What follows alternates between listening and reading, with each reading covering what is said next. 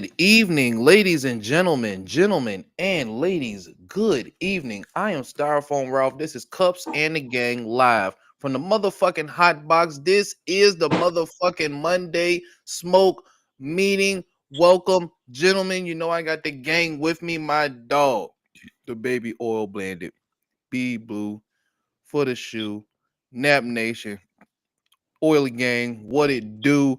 And you know I got my dog.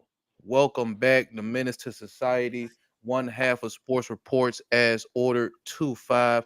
Mike Will representing live in the motherfucking den. Welcome back, my dog. Was just on a nice little Appreciate it. sabbatical. Would you like to tell us how the beach was, my brother? Look, I'm trying to tell you, it was pristine. I'm trying to tell you, it was needed. You know what I'm saying? Bahamas, Much St. needed. Thomas, and St. Martin. Did some driving around the island on St. Martin. Ate at some French restaurants and whatnot. Hung out on the Dutch side. So it was much needed. Favorite dish. The favorite dish, what I'm saying? Pardon me, y'all, but I just got to be real about it. The best dish I had was the escargot, which is the snail for you uninitiated bums out there. The You know what I'm saying? escargot is crazy 2-5. Yes. Did they have to sell it to you, or did they like No. come out like hey? So before we snail? went on the cruise, my son, my 9-year-old, actually brought it up to me. So I guess he had been talking to the wife about it, and he was like, "Dad, we gonna try this snail?" And I'm like, "Hell yeah! Like we just tried turtle. Why ain't we gonna try no snail?" So like, bro, I'm trying to tell you, they brought out the little. It was like this little mini circular plate, and it had like 6 of them on there, right? Mhm. Bro, forget No sec- shell? forget seconds. I had like 6 of them. God damn. That's tough. Then they did it a second night. And you know what I'm saying? I Snail. ran into this dude, one of the servers on the boat, he was one of the managers, got the same name as my son. So I just, just randomly, I was like, "Yo, Desmond, what's up, man? Like, I need some more of that snail." My man bought me the joint and gave me the to-go dish to take with Oh me. shit. You know what I'm saying? Hell I yeah. ate both Hey, of shout them out right to there. It Desmond. wasn't making it back to the room. I ate it right And there. it won't make it back. We ain't making it back to the room. Did you have to treat them like oysters? Where you just, you know what I'm No, saying? it wasn't in the shell or anything. They were already like, They was already pulled. Oh, yeah, okay, they were already okay. deshelled and everything. Crazy so, work. Yeah. Crazy Like work. you ever had the oysters, like the I had the smoked oysters out the inside the shell. can? I just had the oysters out the shell. All I had to do was like just drink them in a Y'all sense. niggas wildin'. Well, Drink a oyster. they got the oysters in the clams, like in the little tins, like the tuna. Mhm. It kind of tastes like that, but better. Okay. Y'all niggas is Okay. different. What you mean, bro? Seafood is A real, snail bro. is crazy. A snail is crazy. Calamari is crazy. Escargot crazy. Hey, You fried lucky they ain't Turtle had no calamari, crazy. seahorse. I'd have ate that fried shit too. fried calamari, bro. Let me tell you, bro. I had Y'all me some niggas is fried on one. calamari, bro, with some hot sauce, bro. Perfect, bro. Okay, Yo, perfect. calamari is fire. Like next we trying some octopus. You know what I'm saying? I had shark I one had a time. raw joint. At this sushi buffet my godfather took me to. I had the raw octopus. I had dipped it in my yum yum sauce though. You know, Perfect. my favorite sushi is actually eel. Really? Mm-hmm. Y'all niggas is wildin'. It's one thing to be white and have no culture. Y'all niggas got too much culture. Y'all niggas. I mean, I don't know. Like, you know what I'm saying? Like, I can't even blame it on the white girl because she won't even eat none of it. See, I'm that's what I'm diverse, saying. bro. I'm diverse, bro. I'm part of the diversity. Y'all niggas got too You much never culture. know, bro.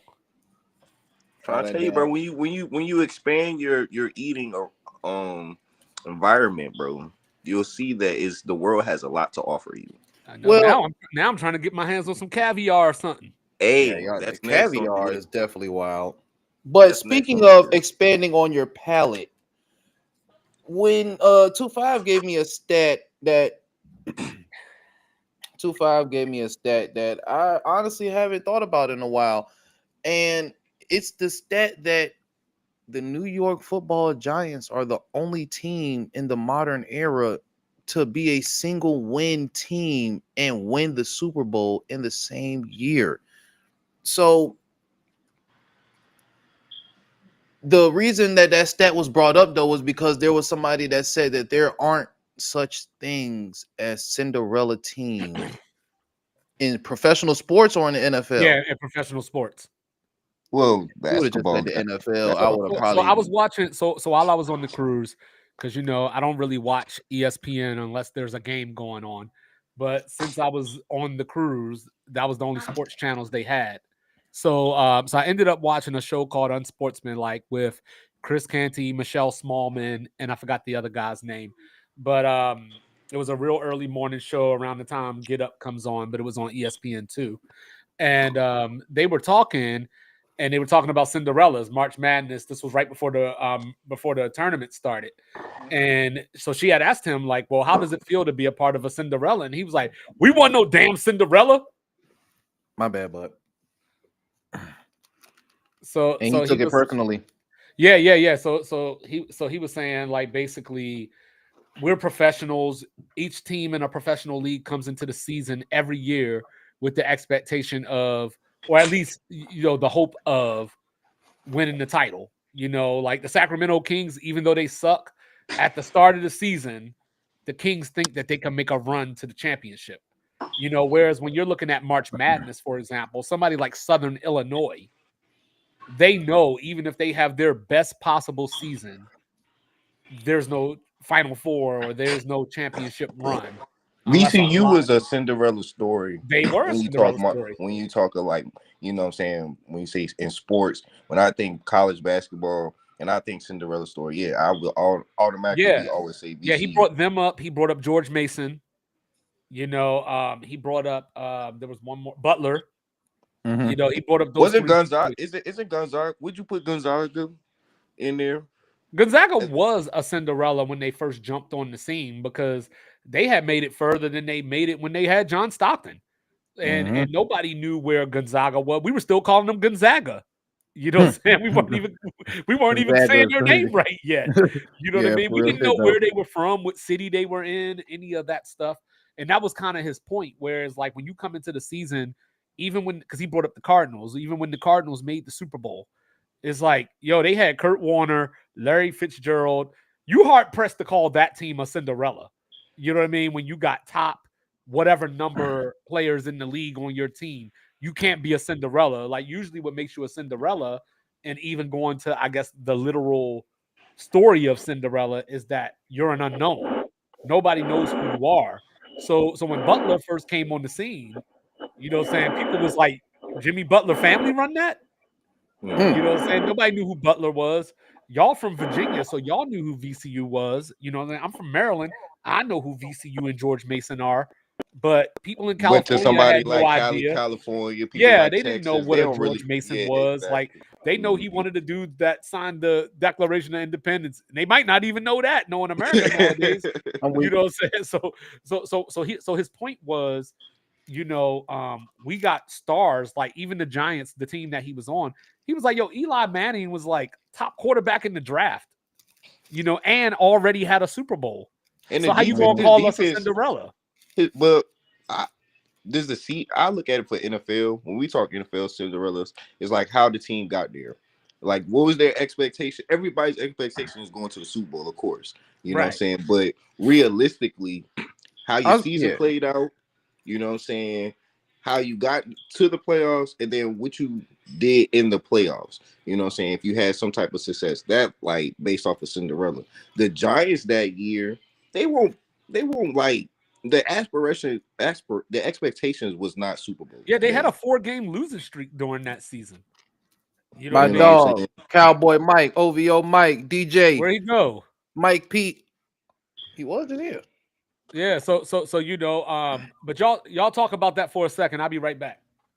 So yeah, because I mean, bro, my whole thing is, I don't have a problem with niggas saying like, oh, there is no Cinderella team, but it's like, bro, like, you don't have to be, y'all don't have to be so fucking. We don't need people to feel some type of way about us, like, bro.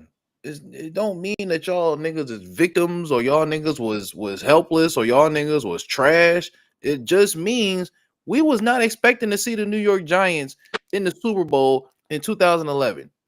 Okay, even though y'all niggas had just won in 2007, niggas was just like the Bears. Niggas, they really think niggas when Rex Grossman started.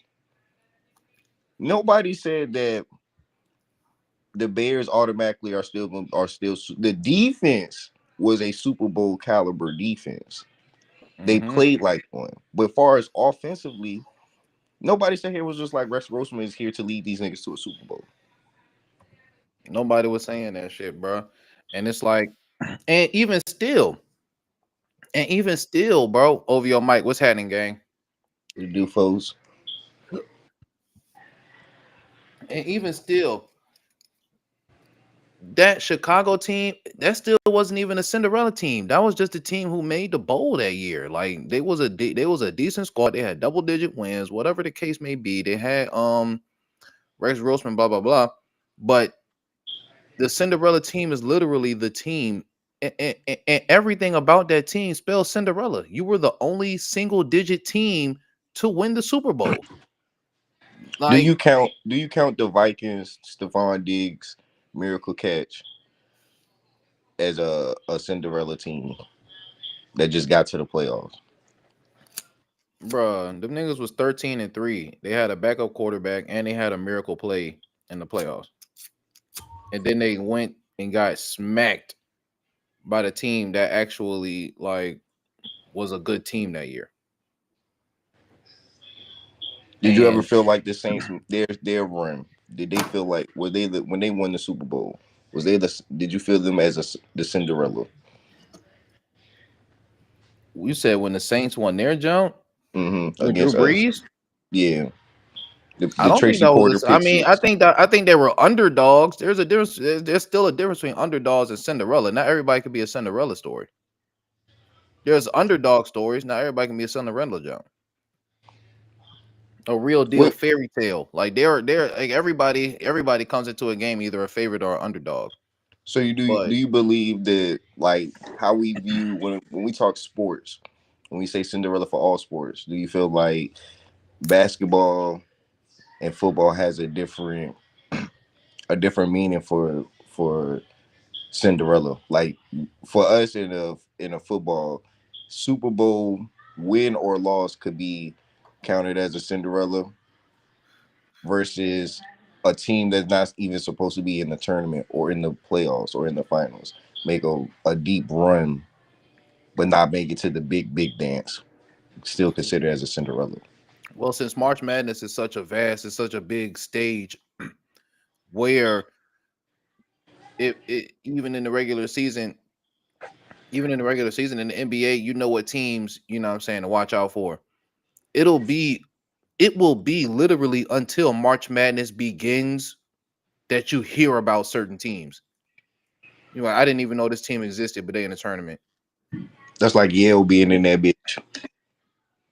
You know what I'm saying? You'll be like, I never heard of this college before. Like, is this an online academy? And now, Mhm. you know what I'm saying, they in the They fucking knocking Sweet off 16. and they Hell knocking yeah. off ranked teams. They knocking off household name teams. So that's what I feel like is Cinderella shit. Which is again why we talk about in professional sports, there can only be but so many real good examples of a Cinderella story because like, everybody is either an underdog or a favorite. You can like it's like the So underdog both Super story. Bowls for the Giants would be Cinderella stories. Well, I mean, yeah, because they were six seeds. I mean, Mhm. they came from the sixth seed They every came from the time. bottom. They came from From the the bottom. absolute last playoff seed every time, and they beat real niggas every time, You know what I'm including 15-1 MVP Aaron Rodgers, saying? You know what I'm saying? who stole an Oh and MVP. 4. What is it? 0-43? 0-43. That's it. I Aaron didn't even Rodgers know that. is 0 wins and 43 losses when he is heading into halftime with not having the lead. So if Aaron When Rodgers does trailing in not the have the lead going into the half, he is 0 for 43. I think the more specific part of the stat was against teams above 500. So if you're a good team, if you're above 500 and you have the lead going into halftime against an Aaron Rodgers team, you're going to win that football game. you know what? That's funny because the year we had, if I'm not mistaken, it was Phil. Yeah. The year we had Phillip Rivers, we had A-Rod come to Naptown. And they had the lead. We came back. We went into overtime and we beat them. And everybody, and that was a game that Aaron Rodgers definitely should have won. Come on, bro.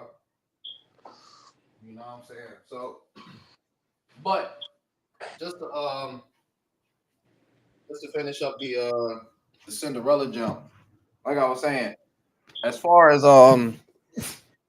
yeah, just to wrap a bow on that, John. I feel like the Giants were definitely a Cinderella team, and just think about the Seattle team, that the Beastquake team. That Yeah, team was 7-9, and they made the playoffs, and they they made beat the playoffs. a division win. Well, no, I don't think the Saints won the division that year because they I didn't think have they it won the Falcons. They who they won was the they was just Falcons? that was the year they just came off their Super Bowl they was defending champs that year. The Saints. They was defending champs from last year with the Super Bowl. So they was I think they was like 11 or 12, I believe 11-6 or 12-5 at the time. 11-5 or 12-4. They ain't had an extra game yet. Yeah, facts. But yeah, either way though, that team was under 500 and made the playoffs. I don't think that would have been the well. I mean, you still never know, but I'm that might be a Cinderella story. How about this? How about this? I got a good one. I got a perfectly good one. 2017 Jacksonville Jaguars. Made the AFC. They made it to AFC championship Championship game. game. Jacksonville. I don't know if that's a Blake Cinderella team. Bortles. That might just be a team that had a 1 year spike. I don't think that was necessarily a Cinderella job. Okay. I mean, I don't know. I give you another one. Carolina Panthers, not the Cam Newton year. Jake Delhomme, Steve Smith. Them niggas was tough, bro. Them niggas was not no middle of the road teams, bro. Them niggas was hard body with Jake Delhomme, bro. I'm talking about 12-4 seasons. They went 12-4 in 2008 with them niggas, bro. You know what I'm saying? So, goddamn. Is that Aaron Rodgers Green Bay Packer team, Cinderella team, the year they won the Super Bowl? Fuck no, fuck them niggas, bro. And not even on no real shit. I mean, on no funny shit. They was never a Cinderella team because for one, they won. I think he won the MVP that year or the year before when they went to the Super Bowl.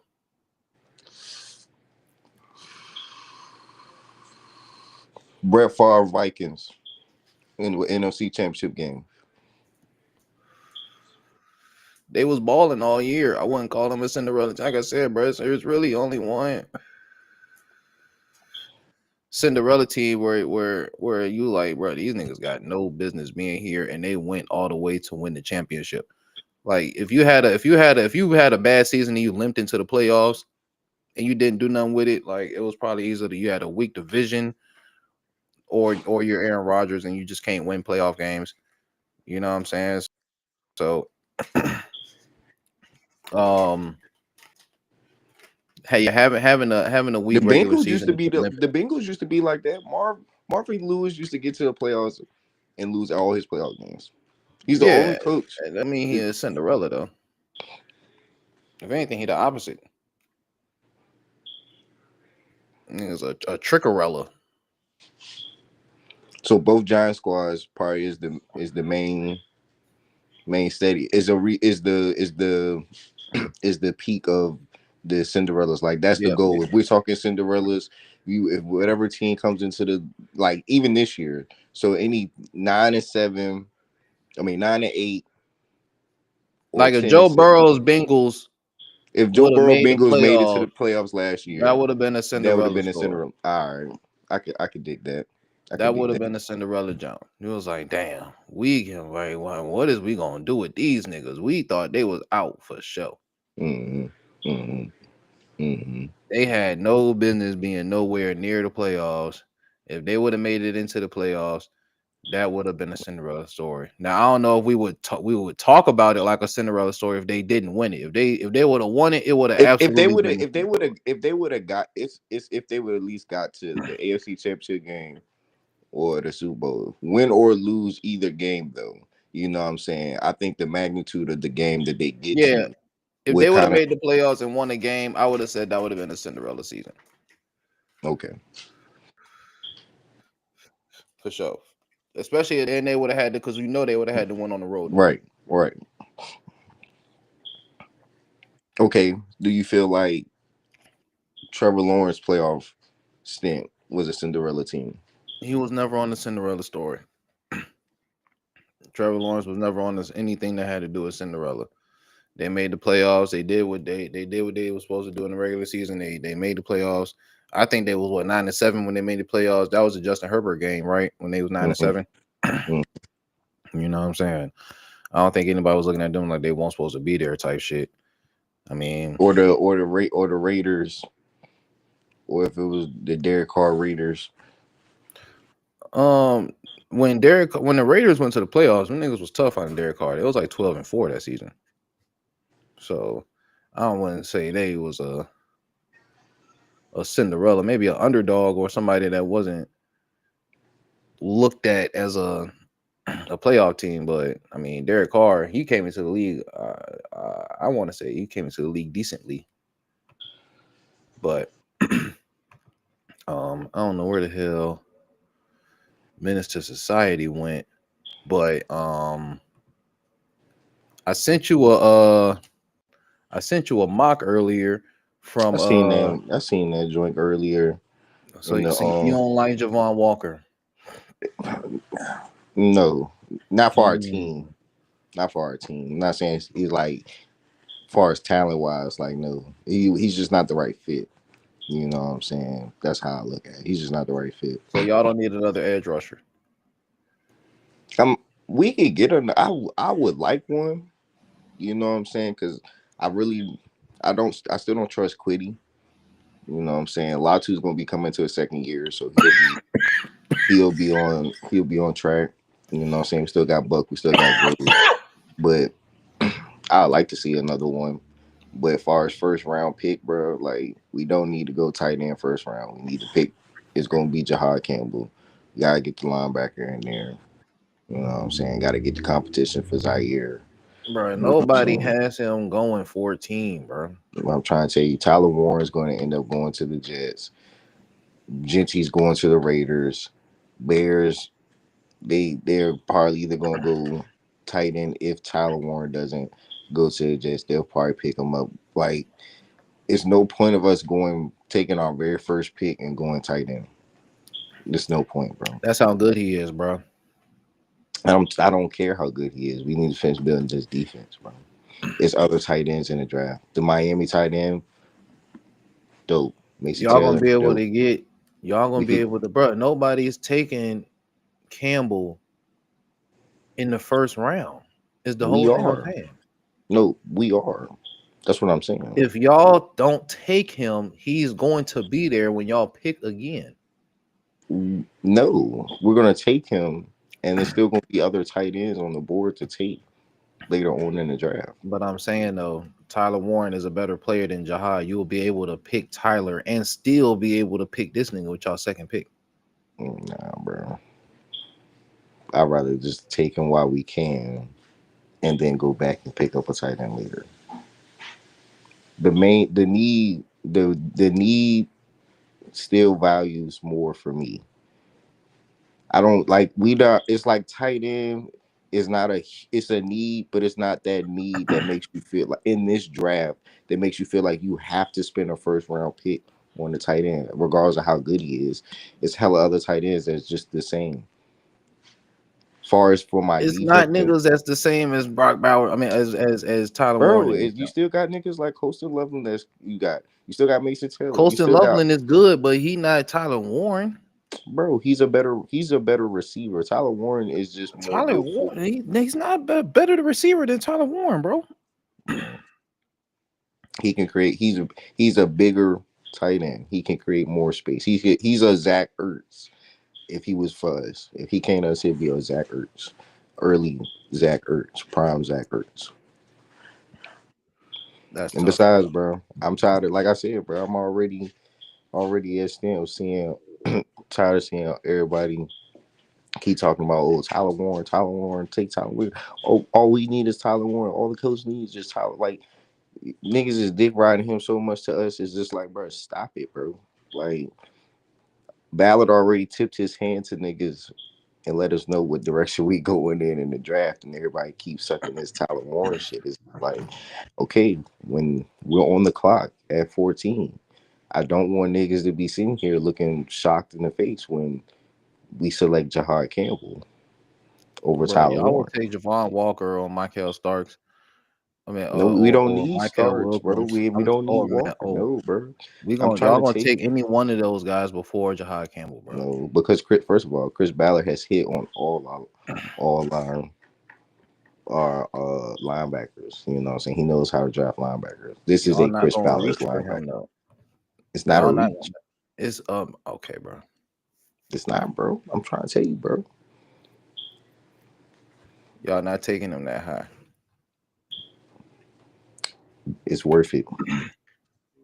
Especially what we doing on defense, bro. I'm not gonna take him that high because it don't make sense.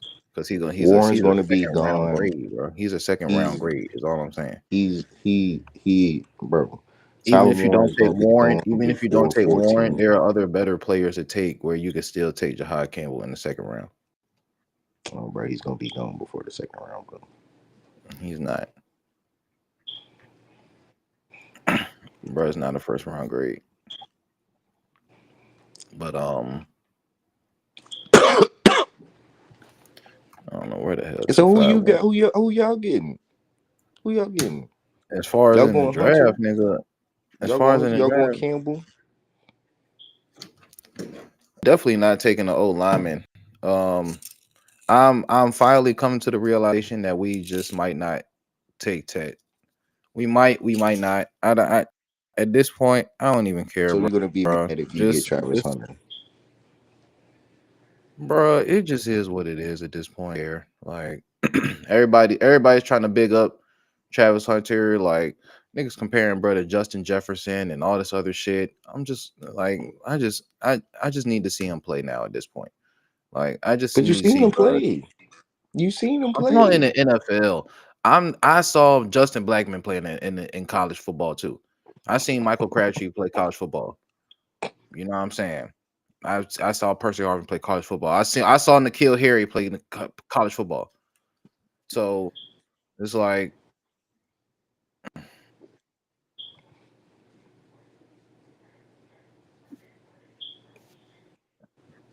you can't be upset, bro.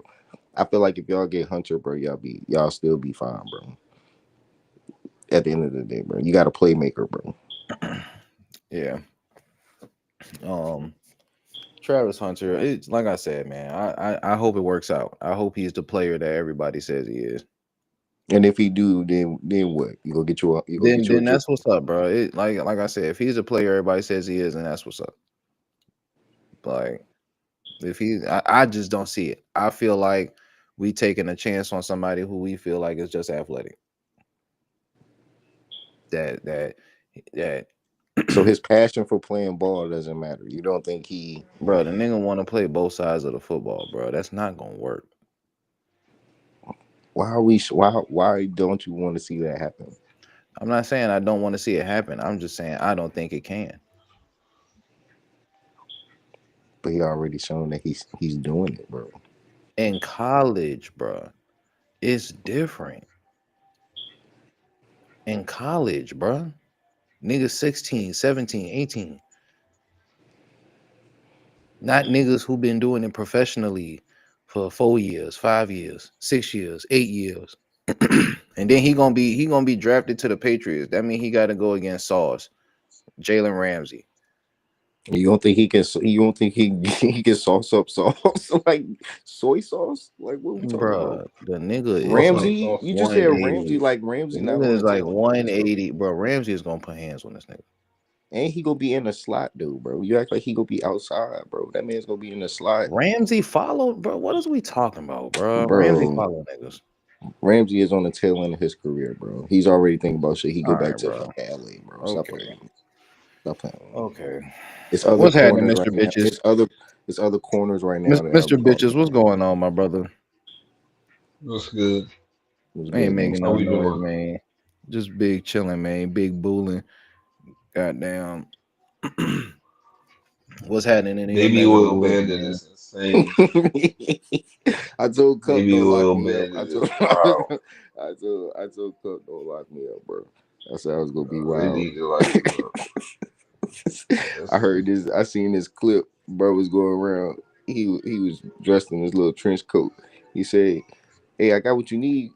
Babe, I'm selling what you need." And he was about officer. He opened up his trench coat jacket, had the baby oil. He said, "I'm the baby oil bandit." I said, "Shit." I was like, "Damn, this nigga called himself the baby oil bandit." I was like, "Yeah, I'm a wild out."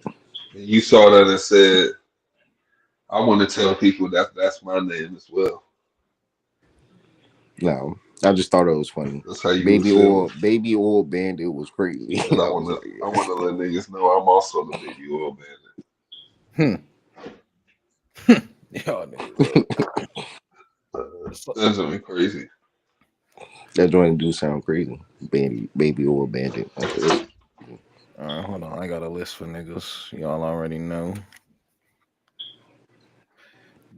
Man, Nap Nation. What is your season projection for CJ Stroud? Good one. Probably like 10-7. Yeah, bet. A Houston team. Yeah, bro. If anything, like if that's on like the best case, like worst case scenario, they be like what 6-11, 6-12, but on like a realistically, bro, they might be at least like 9-8, 10-7. Just because CJ going into his third year, you know what I'm saying? And they win the division. Not this year. Not this year. This Snaptown division this year. Who gonna win the division? It's Snaptown division this year, bro. All right, locking that in. So what you're saying is the AFC South has sent the two teams to the playoffs. I hope not, but I'm letting you know that Naptown gonna be holding the title this year. So Naptown going to the playoffs and Houston's gonna win 9 games. At bet. Crazy.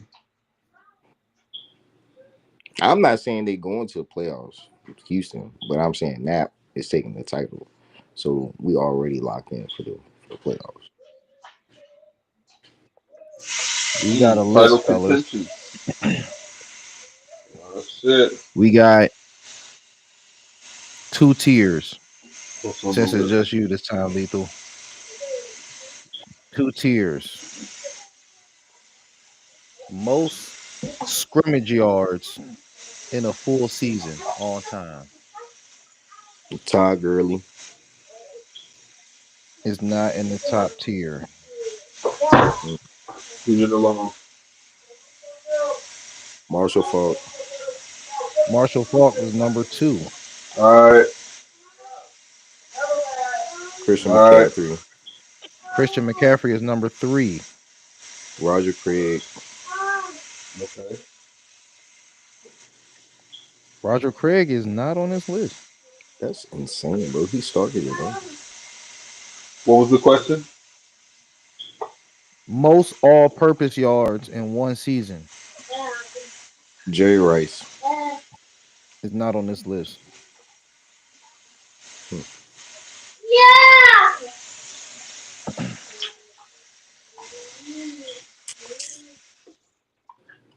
Eat. You ready to eat? Running backs. Barry on there? Yes, pencil. Good job. Tier 2.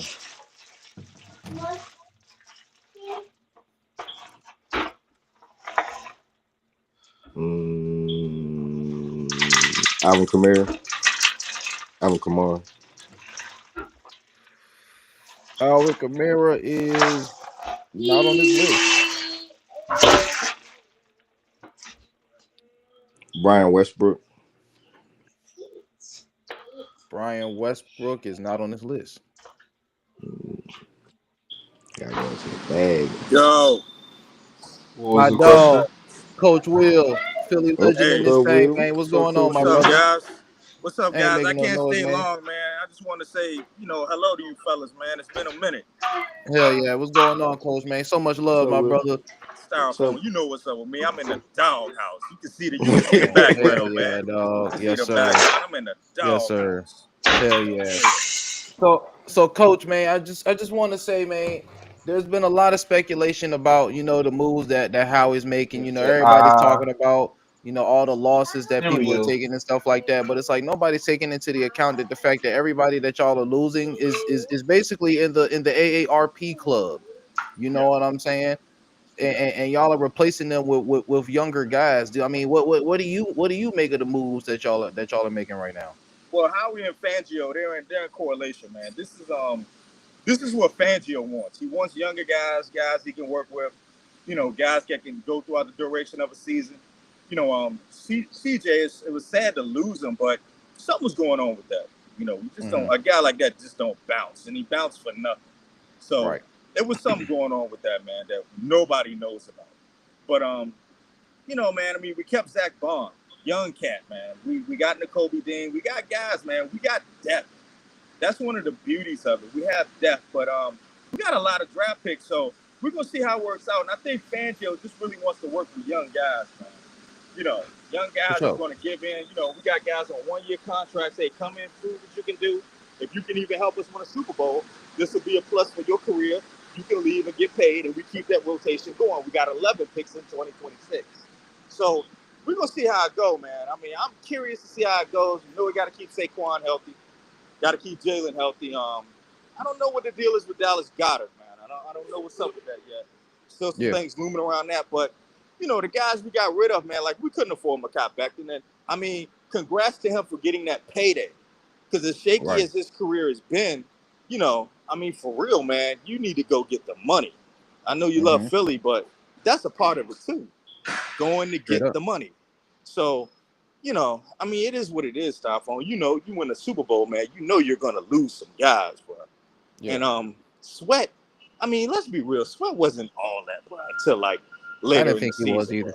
Yeah, Sweat has never been all that, bro. Sweat is always, pretty good. He had a great Super Bowl, which upped his paycheck a lot, as you can see.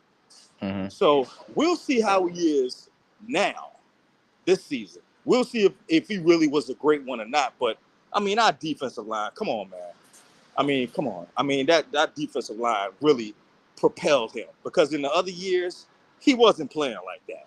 Yeah, so I never saw him as like a lead guy, or like it was like if Josh Sweat is your best edge rusher, you got like a potent attack or something like. Yeah, he wasn't he wasn't a Hassan. He wasn't a Hassan Reddick, bro, at all. Yeah, you know what I'm saying?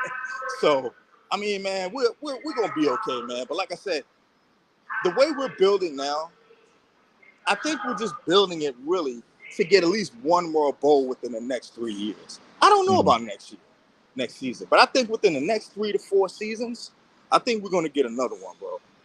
I really speaking of, I was gonna say, speaking of having a handful in a couple of seasons, I mean, y'all have twice as many championships as the 49ers in the past 10 years, and the last 2 times that y'all won a championship, y'all beat arguably the best quarterbacks in history.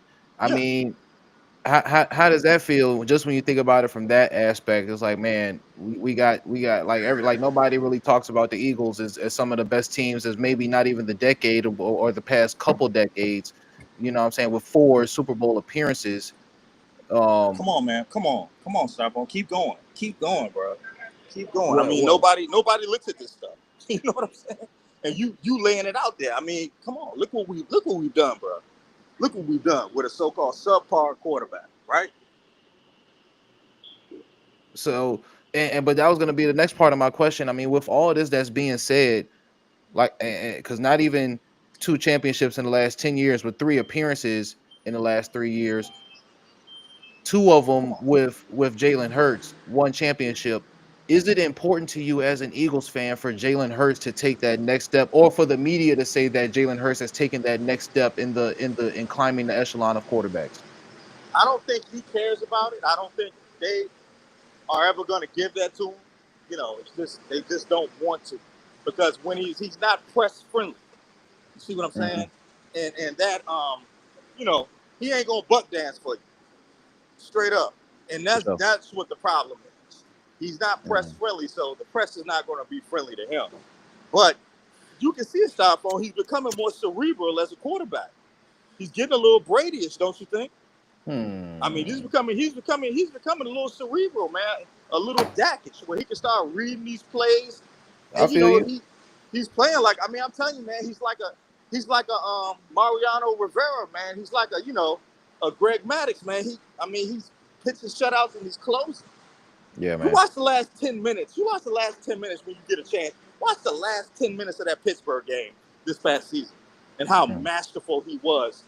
Holding that, I mean, literally, remember I was telling you, Russell Wilson didn't even get back on the field. He was over there looking at Tomlin like, man, am I going to get back in this game? Hell no. Man. I remember We ran that. 10 minutes off of the clock in the fourth quarter to preserve a huge lead. And I mean, we didn't even score. We just kicked a field goal. It was just masterful how we just put that ball down the field like that. Small plays, small hits, 10 freaking minutes of possession, man. Yeah, These are the things I'm talking about. You preserving your players, and nobody getting hurt or banged up because you just running safe plays and you playing a good game. You playing a clean game of football. So it ain't a lot of penalties. It ain't a lot of controversial calls. Playing a clean game. So the refs can't even pull a Kansas City on us. Yeah. So we're gonna see how it works, man. If we can keep the tush push, we'll still be great. But I don't care about this season. I'm gonna be honest. Last season was beautiful. The way we started, so y'all can lay out a stinker this year and you won't care. I don't think I will. I mean, I guess when the season comes around, Starphone, you know how passionate I am about it. Yeah, no, I feel you. I was about to say, bro, there's no way y'all gonna lay a stinker and Coach Will gonna be like, yeah, no, it's good. We still got the ball last year. We good. We good. But it's just like, I mean, what we did last season, bro. Come on, give me a break. Y'all a good Some of the team, best. Yeah, for sure. Some of the best. Some of the best. I mean, the way we preserved the players, the way we rotated our lineups, you know, the way the pieces came together to put everything together. I mean, it was like games of chess, man. It was like we were playing chess the whole season. I mean, when we went into Baltimore, and we the time of possession in Baltimore, the time of possession in Pittsburgh, the two top teams in the AFC North. You know what I'm saying? The packages we put together and everything. The way the defense played. I mean, it's still a kind of close games, especially with the Baltimore game. But I mean, when you look at how they're playing, man, and how Kellen Moore, you know, call those plays, and how Jalen, you know, is looking for efficient plays, and how he's not giving interceptions up, and how Saquon is running 10-yard runs that might not seem like they're all that, but when you really look at it on the whole total sum of a game, I mean, man, all this stuff is masterful. I go back and I watch those games, man. I'm like, God, this guy held this daggone ball for 10 minutes. That's a freaking quarter, man. That's a quarter. Shout out to Jalen Hurts, dog. Yeah, I mean, I'm like, man, we're gonna see what happens this season. But yeah, that's my spiel, man. I just want to come here and say hello to you guys, man. Miss you guys, man. Man, you already know, Coach. So much love, man. I appreciate you. But real quick before you get out of here, earlier, our first question in the box was, do you believe that there are such things as Cinderella stories in professional sports? Chris Canty was asked this question, and he basically said, because, you know, he was a part of the Giants team that won the Super Bowl. Oh, yeah, with Hostetler, right? No.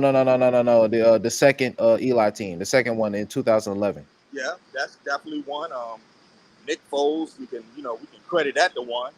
You know, a Cinderella story, Hostetler is. Yeah, definitely, man. Yeah. Oh, yeah. Well, are you talking about an example, Hostetler? Yeah. Yeah, with the Giants. Yes. Yeah, for sure. Yeah, because he really hauled out most of that season when Sims went down, and I mean, you know, he played really effective football. It's like he was a starter. Like he didn't, he saw himself as that guy. So I mean, that was a story. But then when you talked about like college basketball, I mean, yeah, they're all over the place, and not just the buzzer beaters, but teams that went on to win. I mean, when you look at my cousin Jeremy, how those guys. Well, yeah, college. had a- Yeah, I think Chris Candy Yeah. was speaking more specifically professional Yeah, sports. his point was Yeah, So professional just to bring it full circle, Definitely. his original point was. That's a long list. Which ones did you have? Did you see any Cinderella stories?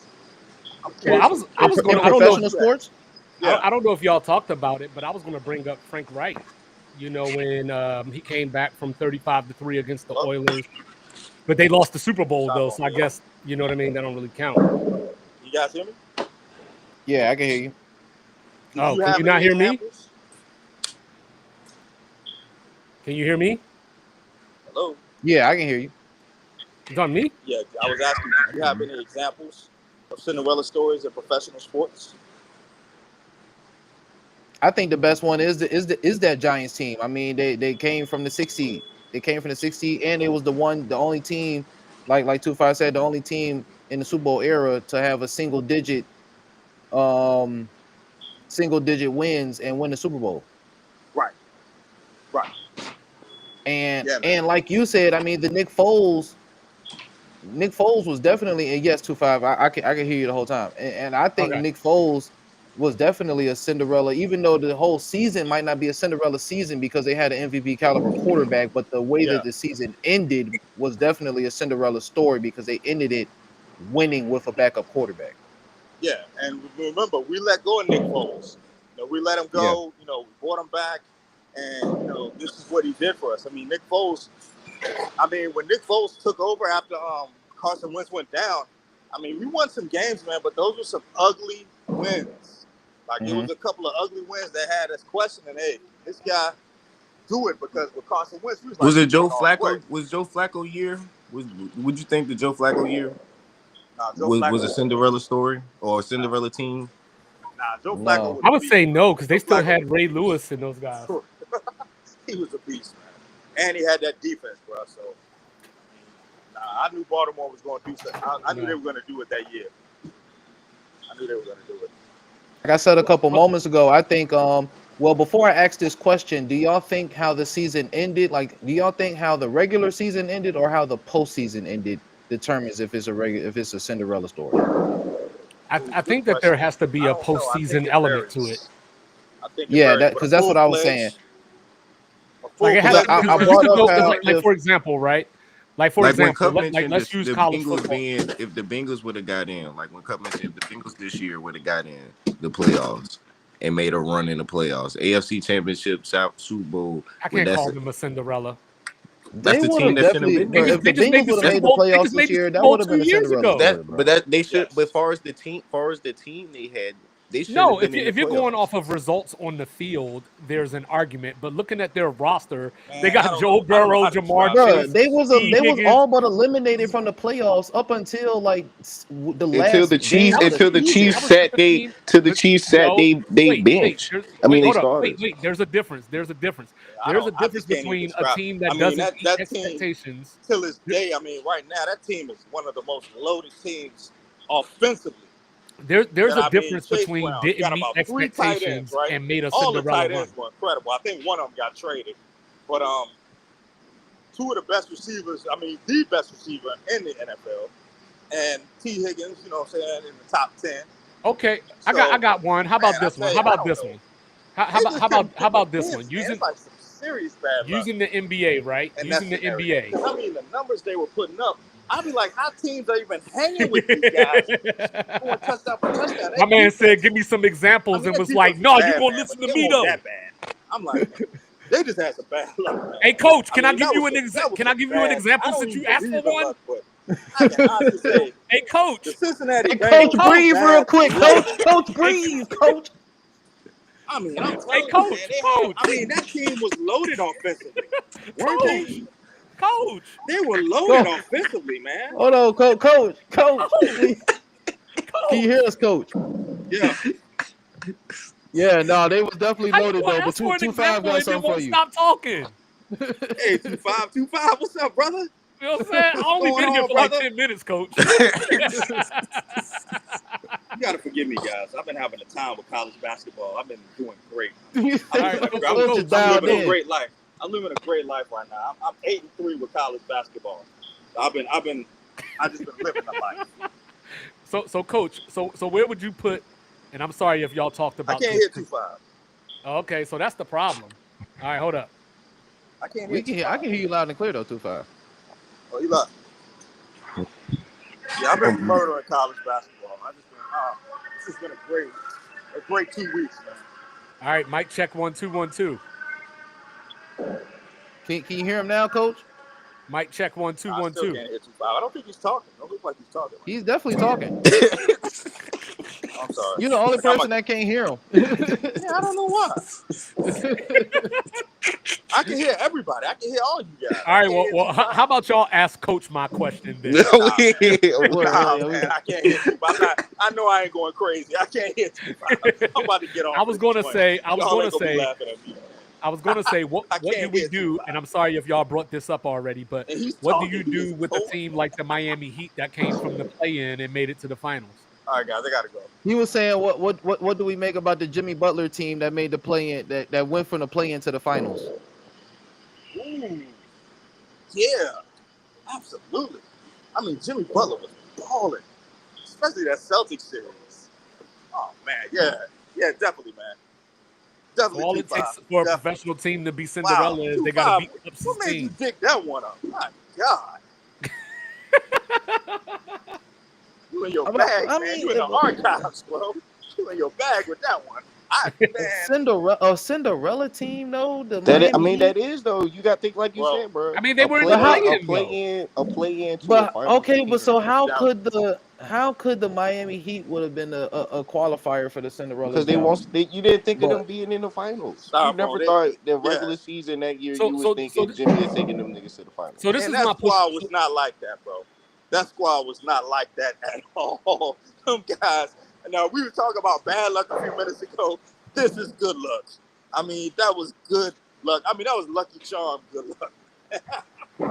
So with the Raptors, would Kawhi be a Cinderella team? No. Yeah, I think so. No. Yeah, we'll give it to them. No, because they were already making the Eastern Conference Finals before they got Kawhi. They don't win. They were already making the Eastern Conference Finals. They just couldn't Kawhi beat hasn't the done Cavs. anything since, so we'll definitely give that to him.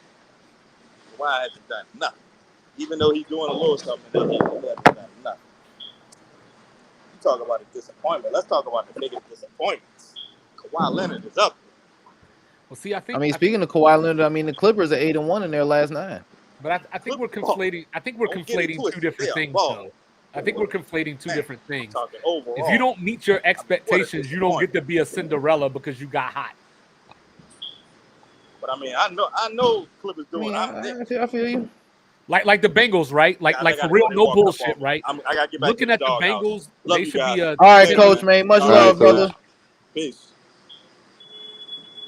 Like looking at the Bengals, right? They should be I want the meatball joint. You know what I'm saying? If you look at the Bengals, they should be like an 11-win team minimum every year, just based off the talent that they have on offense. If they can't meet up with that, that doesn't make them a Cinderella. That just means that they didn't do what they were supposed to. Yeah, but if they would have got in this year, they would have been 9-8. And then on top of that, they weren't supposed to be in there because they had the worst defense in the fucking league, based off of player-wise. But you're talking about a team that just made the Super Bowl 2 seasons ago. Yeah, but that team going into the playoffs at that time, because just like you said, the story matters. If you look at the new ones, it's the same. There's still Jamar. There's still Joe Burrow. Yeah, but you still don't have Jesse Bates. Plus Burrow had one of the best quarterback seasons a quarterback has ever had. I get it. No, I Jamar get it. Chase won the Triple Crown. You can't be a Cinderella winning the Triple Crown. You be a Cinderella if you win the Super Bowl. Look at college football for a second, right? I think record kind of matters. This was the first year of the 12-team playoff, right? This was the first team of the 12-team playoff. And SMU came into the ACC and for the first year played in the championship game and made the playoff. So you could call SMU a Cinderella. You know what I'm saying? Only problem is they didn't win a playoff game. So they lose Cinderella status since they didn't do something in the postseason. But What they're about more when the Pistons they're more swept the focused Lakers? than the Bengals would have been. What about when the Pistons swept the Lakers? 04 Pistons swept the Lakers. See, if That we're team going was off, a bunch of. There was no A-listers on that team. Ben Wallace got to be a Cinderella until that squad, point. bro. yeah, if we're going off the basis of professional sports can have Cinderellas, then yeah, they would probably qualify as one. Because I was telling Lethal earlier though. I mean, there still has to be a difference because I think that I still think there's a difference between like a Cinderella story and just being an underdog. Right, and that's what Canty's argument was: is that the But Giants I were think that, underdogs, that's not what it goes Cinderella. off based off of sports. I feel like if we talking football, I feel like the record, how you got to the playoffs, and then how you play it, like where'd you go in the playoffs? You have to at least win a playoff game. But if your advancement as far as like AFC Championship game, Super Bowl win or loss is a Cinderella type team. The Giants just are more of a complete version of a Cinderella story, the way they won their Super Bowl both times. Because nobody was beginning of the season was saying, "Oh, the Giants are going to the Super Bowl." But what about the end of the season? Because that first Super Bowl, remember, they played the Patriots 38-35. And they still came out of nowhere. They used that moment to say, like, that's when we knew that we could beat them, or that's when we knew that we could win this. Yeah, but when going into the playoffs, everybody still They was a wild card team. It was like 10-6 or 9-7. Yeah, it was like exactly. I know, but I think that's the point Canty was making, though. You know what I mean? Like that team had Eli, Justin Tuck, I believe, was still on that team. OC Umenora. That can't be a Cinderella. Bro, but y'all can't prop up Eli now. Be like, oh well, it can't be a We're bad not team. propping up. It's like, No, we're bruh. not propping up Eli. We're not propping up Eli. He's propping up Eli. Oh my God. He's propping up Eli. What I'm saying is, he already won a Super Bowl, and he did it the same way. So I can't be surprised that he did it. Is what I'm saying. Chris Canty is saying he was a top pick in the draft, and he's supposed to do this, so he can't be a Cinderella. Well, we look at it as a Cinderella because once again, they won't you won't think in Patrick Giants Mahomes was a Cinderella? At what point? At what point was niggas looking at the Chiefs like, damn, how did they do I'm saying, like the first Super Bowl that they won, was no, because during like, the whole were season, people looking at Mahomes as, oh, bro, this is Joe Montana reincarnated? This is they was Manning? bro, the first 5 weeks, the first 5 weeks was like so media driven of like, oh my gosh, like Patrick Mahomes is everything. Like is the Brett Chiefs Favre are a Cinderella? I could give that, but he made it twice though. But he I know, but you know looking at where his career started, I could see that though. I could see that because it's not like he started day one. Is Steve Young a Cinderella? Steve only got one, right? No, he Yeah, couldn't. he only Bro, got one. he was just for one. Well, I wouldn't consider him a Cinderella. He was just tricking that jump. He couldn't get past the Giants. But I'm just saying, like, finally I'm got the just monkey talking off his about back. Like the career, bro. Lions, Like, the he was a Lions backup first in time, Tampa Bay. that 10-6 Lions team, that had their face mask called, not called. If they would have made the Super Bowl, they could probably be a Cinderella. Or even just the NFC Championship game. If they would have got to the championship game, that could probably be a Cinderella. But we got to define what we think Cinderella is, though, because But that's why I always say like the Cardinals. but that's why I say the Cardinals is more as your I second can see team, that, but at the same time, you got Larry Fitzgerald, Anquan Bolden. but they got Warner. Kurt Warner at a It's time hard. where It's hard to call that a Cinderella. Like Kurt Warner was already a Super Bowl champion at that point. but he was on his last leg. He was. Nobody was thinking Kurt Warner was taking the Cardinals to the Super Bowl that year. So if the Rams, well, actually no, I ain't going to use the Rams.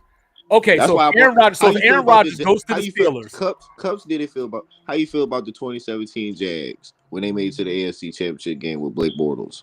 Do you feel like that's a good Cinderella team? It could be, I don't think so. but where were they seated in? See, that's the other question. Where were they seated in that playoffs? I think they was only 10-6 that year, but I still don't think that was a Cinderella team. I just think that that either the South was trash or they was just a regular team. You know what I'm saying? But I'm not saying that they won't sweep. You know what I'm saying? Because their defense was legit. But they was your New York Giants. No, they weren't. No, they weren't. They were the 3 seed and they won their division, so they can't be a Cinderella. A 10-6 team was a 3 seed. That's what I'm saying. They can't be they were division winners. I'll tell you everything you need to know. You feel like just wild card teams and not division winners, niggas who go on the road, niggas with the lesser record. I'm always on the side of his record first. So it's like if you go into the playoffs, like you 9-8, like you got in there because mathematically the other team fucked up where you in position to get to the playoffs and you make a run to at least the championship game or the bowl, win or loss. I feel like that's a Cinderella team. But if you win the joint, you win the Super Bowl like the Giants, then that's the actual standard to get to the be a Cinderella team to confirm it all. But that's what I'm saying. So like I think I don't see that's the problem though. I don't think that we can do all size or what is it one size fits all. I don't think we can one size fits all a Cinderella. I think each story or team has their own independent merit to be a Cinderella or not be a Cinderella. Yeah, like that Falcons team that got to where the Vikings should have been with Randall Cunningham and Chris Carter, and it was Anderson who kicked that joint on the Falcons to win it in overtime. That was a team that wasn't supposed to be there. But that's what I'm saying though. But are we saying they shouldn't be there because of who they are, or are we saying they shouldn't be there because of that individual season and what they did in that season? I think I'm always based on the season because that Falcons team that you're talking about was the 2 seed. See what I'm saying? Like, so you can't just one size fits all. Like, I didn't think that team was going to be there, so they're a Cinderella when they were the number 2 seed. A number 2 seed can't be a Cinderella. Real talk. Like, you know, like I think that's the thing. Like, you know, but that's why I said the Bengals would have been the Cinderella team if they would have got into the playoffs this year, and when they actually, and especially if they would have won the bowl, they would have been. Say that. How about this? You could say that the Broncos from this year could have been a Cinderella. I give you that one. If they won a playoff game, if they had won a playoff game, they could have been Cinderella. I give you that. Yeah, Tebow's Broncos was a Cinderella story. Yeah, 100%. 100%. I don't mean to cut y'all off, but what the fuck is Mogul Mode? When did he change his name? You said Mogul Mode? Yeah, when did you change your name? You said, and is that a Supreme shirt? I've been changing my name. You said what? Is that a Supreme shirt? Yeah. This nigga stay with some designer. Goddamn. What? You know what I'm saying? I'm chilling. I asked this nigga. I'm gonna let y'all finish in a second. I just popped in there. We just popped in and say hello. Not me. Shout out to Amber in the building. Question. When I almost lost my train of thought because I'm hot. Bro. Damn, what was I gonna ask you? What's up with all this designer and he's smiling. Look, I asked this nigga to send me some affordable jeans, right? This nigga sent me to nudijeans.com. The jeans was $300 a pair, and I was like, bro, hold on, wait, no. I asked this nigga for some simple ideas on fashion. He sent me the $300 jeans, bro. All right. That nigga's a capitalist. Shirt on. You ain't know he's a capitalist? Huh? Hey, stop playing, bro. Yeah, he's a capitalist. How he's a capitalist to the most expensive jeans in the world? No, Cups is the capitalist. You think he just signed a new contract with the NFL? That's what it was. Oh my god! All right, we just popped in and see what y'all was doing. For sure. Yeah, Ryan would say I was a capitalist because I had a designer and a nice taste in clothing. Every time, no. Every time I see this nigga is in designer. Yeah, and that's true. I can vouch for that. And look, and it's that's why his name is hold on, I never see that before. All those he don't know the struggle.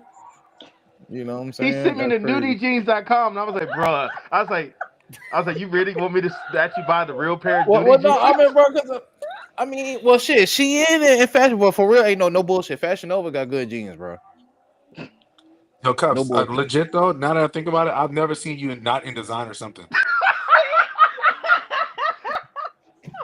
Hey, Even down to you the know how work to do. outfit You know though. how Look at his Even his work workout outfit though. outfit. Yeah, you're right. Even when he at the post office. Cups, you are a capitalist, bro. he'd be at the post office in designer, and I'd be like, bruh. Fresh Huey P would Not never. with some Huey P J's would on. Like, never. hold on, Oh, I man. got another bone to pick with you. I ordered weed through the mail, right? Oh It my got God. lost Oh in my Richmond, God. and he talk about you could call them and see where it's at. So you telling me it's stolen? Bro, no, Oh no, well, You can't order weed through the mail, bro. you can't do that. That's like You worse than can't. Envy No, he asking Jeff can. Jones You to bring can. He the definitely blood to can. And I New had York. insurance on it, so they Yeah. just resend it for free. No, bro, you can't order weed through the mail, bro. You can't I ask them like, Yeah. yo, Definitely have ordered y'all weed seen through my I the mail. weed? literally got it from his mailbox. Yes. If you're in a state that's not legal, you can't do that at all. I'm That's actually a telling federal. you. That's actually a It's federal legal. crime. So how did it arrive in the It's mailbox? legal. I got some right Like, now. Hold on. We ain't trying to go to That's jail. We all gotta right. have this I got it conversation from the offline. mailbox. Yeah, please, yeah. Yeah, Let the this feed. conversation gotta take place behind scenes. so So Ryan, one of your coworkers robbed me. really quickly though, why we Stop got trying He to made break it to laws, Richmond. bro. It was in a distribution zone. One of your coworkers Stop robbed trying to me. break laws, bro. Hey, bro, like I said, man, if it we gonna have to save that for off air. But what I want to ask you though, Bro, what you are I 30 minutes from DC. My bad. I didn't mean to take y'all. Y'all was having a good conversation about sports. My bad. You no are no 30 but minutes what from I want to DC, bro. ask you Cross though the is, state lines and go get what you need. what do you make of the security breach that was made today? Ooh. That's So hilarious. you mean to tell me, out of all these white men in the chat, nobody went up and looked to see who was actually invited? And now they're like, whoever created the chat and invited people needs to get fired. I But what? suspect that it was Pete Hegseth, because he's never had this kind of power, so he would want to make sure that he's the one doing everything. And they're not gonna fire Pete, so who they gonna lie and say did it? I'm JD sure it Vance was is a in the merit-based chat. They can't hire. fire him Why they using Signal though? because they dumb. You can't I was accidentally using invite that as people if they don't. as If like it's a airman. They have a government app for this. They have an app that only people in the government have access to. They have a way of doing this, so you can't accidentally invite nobody from your contact list. A This is also the problem. reporter. This is also A the reporter problem at with that. having So the people question is who this: don't understand infrastructure of the government. They don't know anything. They don't understand anything. They have ways. They were talking about OPSEC was good, which is operational security. If that's the case, why is there a journalist in there? Because you have you have people that don't understand the government. They don't understand anything. Pete Hegseth was only a National Guard. He's only a National Guard member. Or Yeah, Army they don't Reservist. respect him. Yeah, he was He only a wasn't even captain at active. that. They don't He wasn't even respect him active. at the upper leadership. Yeah, He was dog. only a captain. Dog, look at every other Secretary of Defense in the history of America. There was like a 4-star general. Every something single like that. one. Every single one was a general at least. Yep. They got rid of that black guy and that woman and kept the white people. You saw that? Yeah, man. Oh, That that was ain't definitely a shocking, bro. merit-based replacement too, as well. You know what I'm saying? They When, definitely not DEI. Definitely, they definitely would. Hey, bro, can't say that. You know what I'm saying? Shout out to Pam Bondi. Anything with a Not cisgender Pam white Bondi. male, you know, Shout that out can't be to DI at Tulsi all. Gabbard. So- it's all. Anyway, They all got. They got the least what up, qualified Mike? people. What up, Lethal? And rest in peace, Mia Yeah, Love. what up? Who? And this is my Mia last Love. question. As far as addressing to Ryan, what do you make of, like, what precedent do you think that Trump is setting by saying things like illegal boycotts? Like, where do you think this thing about trying to say that Tesla stock going down is illegal? Like, where do you think that could head? He said it's an illegal You just boycott. open a whole. I You think. said last question. I think he the about worst. to talk for an hour. I think the worst thing that they can do is attach Trump to Tesla stock, because Tesla stock exceeds the United States. It's a worldwide stock. Anybody in the world can buy it. So they can boycott the sales worldwide, and they are. So in the next month, Tesla has to report sales. Watch what happens when they report sales April 22nd. The stock is going to crater because they've lost business. Yeah, I agree totally. Also, it's wild that the president of the United States turned the White House lawn into a car sales Well, they tried to say Right. Biden did it, but Biden didn't have the CEOs there. He was trying to No. promote like American excellence, whereas Yeah. and this nigga was just trying to promote Elon. Trying to- We got the red car. We got a red car right here. I don't even drive, but check out this red car right here. You want to know Yeah, how I'm out of, smooth. you want to know how They out of won't touch let the me Republicans drive. are? Every Republican guy who was a somebody didn't turn around and say, "I'm gonna go buy a Cybertruck." How many people you know are gonna just out of the blue say, "You know what? Tomorrow I'm gonna go spend $100,000 on a Cybertruck." Yo, that's the thing that always kills me because Republicans are always like, "Oh, these liberals are like rich and they're the 1%." What are you? They all rich, dog. I keep trying to tell niggas this No, shit. They look. all rich. The worst thing that the Republicans do, they went on Twitter, right? And they made this one simple post and it said, "Make America wealthy again." And I was like, wait, all of the world's richest men, they live here. All the richest companies are located here. The largest military in the world located here. The wealth is already in the room. The wealth is here with us, Wealth present. is here. The wealth is here. Trump is a billionaire. Elon's the richest man in the world. He's so rich. He was like, "Fuck Canada" because he has a citizenship there, and fuck South Africa. He made sure he came to here. And look That's at right. him Went to now. Europe. Look at that. He could have went Elon is the anywhere. American He dream. came when the money was at. Hey, bro, this is a great time for OVO Mike to remind us that Elon didn't make anything. Go. He didn't. He's CEOs not a don't make creator. shit. Nah, I just wanted Mike to shit on Bill Gates real quick. I mean, at least Bill Gates is a No, Bill Gates got behind his the scenes shit. Look, oligarch. Right. Yeah. So, Rez, I have a question for you. Y'all Yes, funny, I my don't man. know guy. if you seen when I posted the other day, but there was a Cut new it. Go. bill Stop. that has been introduced to Senate by Senator Marsha Blackburn, Republican from Tennessee. And it is a bill to prohibit federal employees from organizing, joining, or participating in labor unions for the purposes of collective bargaining or representation and for other purposes. Now, this has been introduced. What do you think is the likelihood that this will either gain traction or be passed through the Senate? Yeah, zero chance of passing through the Senate. Right. If it is backed by anybody that lives in anything that is a union state, which is like half the United States of America, like they would all get voted out immediately. Like it would never if And they I'm even gonna voted slide for it. through as the lawyer and federal contractor. Yeah. Cosign. Yeah. No. No. Hold on, who's chance. that? Amber. Yeah. Is that Amber? Amber, we haven't seen you in years. All right. Hi. It literally has a year. What's happening, Amber? Good seeing you again. With Ryan. Strange too much. twist. Strange Y'all twist. Not y'all trying to What we keep doing to shit remote? together. Strange So- twist, because you What were we doing not to with remote? Ryan when you popped up 2 years ago. Sorry, I'm drinking. So. Oh, they said they talking shit now. They say you popped up 2 years ago. I remember that. Hey, shit. I And mean, if I right. remember correctly, I never really left. Like, you and Ryan shared a very specific interest that y'all mentioned on the podcast. What was So it? Oh yeah, me it's a more. K word. Tell me more. Oh, you talking about K starts with a K, ends with a K? Starts with a K, ends with a K. Yes. is it okay? Yeah, Oh. y'all shared one. Hold on a second. I gotta like turn your TV down. Oh wait, no, hold 1 second, please. No, no. Wait, no. Hot box after dark. I know. Well, wait. So, all right. So, Rez, like, what do you think would be the purpose behind? Like, is it just the point to introduce these ideas to let people know that it's possible, to let Senate know that it's possible, or to just try their hands to see what's happening, or like, is it a It's distraction? this simple. Or It's this simple. It's this simple. It's like I've been saying every podcast since January 20th. They are throwing everything at the wall that they possibly can, and most of it's a mass distraction. It has no chance of passing, just like most of the stuff that Donald Trump is trying to do Yep. is borderline unconstitutional, if not illegal altogether. exactly. And like the eliminating wool over income your eyes tax so for they can do people what they really under trying to do. 150,000. correct. So the question is, what other things, because we get distracted by all the stuff that they're suggesting that cannot happen, right? But there are some things that have the possibility of happening that we may not be paying as much attention to. For example, that third term for a president, there is a precedence within the United States of America of presidents having a third term.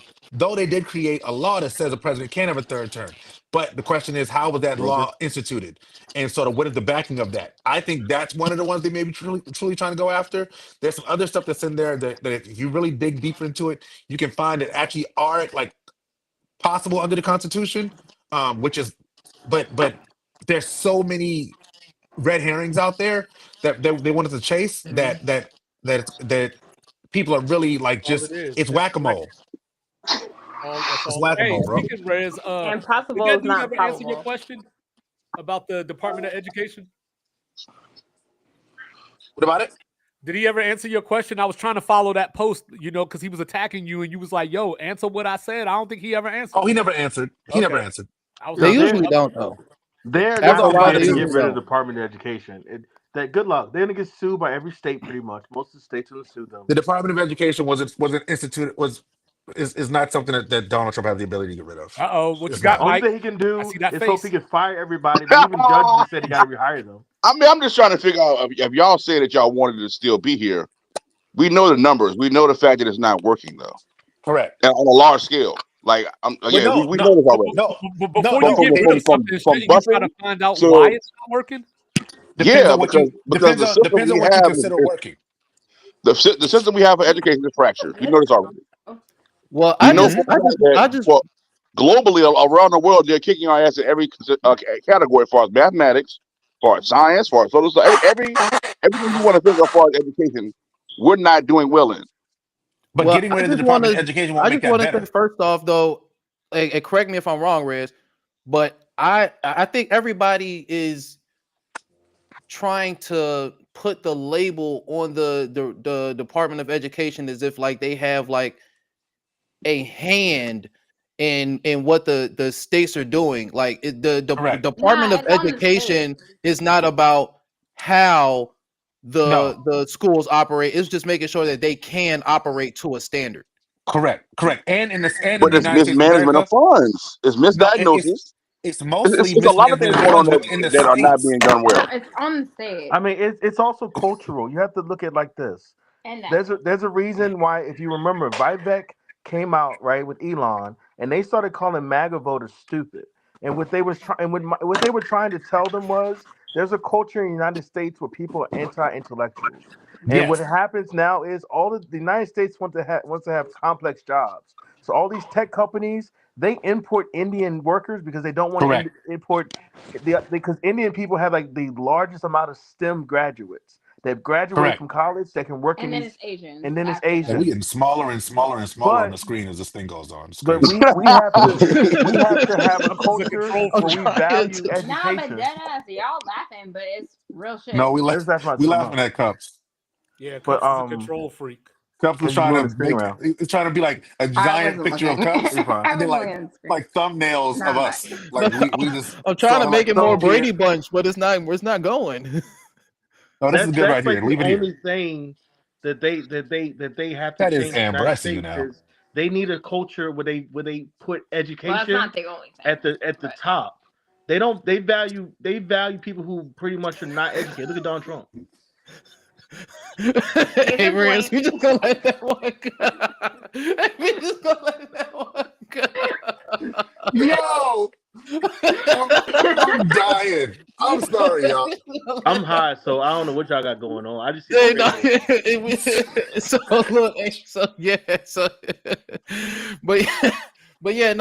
to answer Mike's question, over so it's like the department. The department is not so much as like it's more so much like somebody standing over your shoulder, bro. You still have to do your own work. Like and the states have always been doing their own work.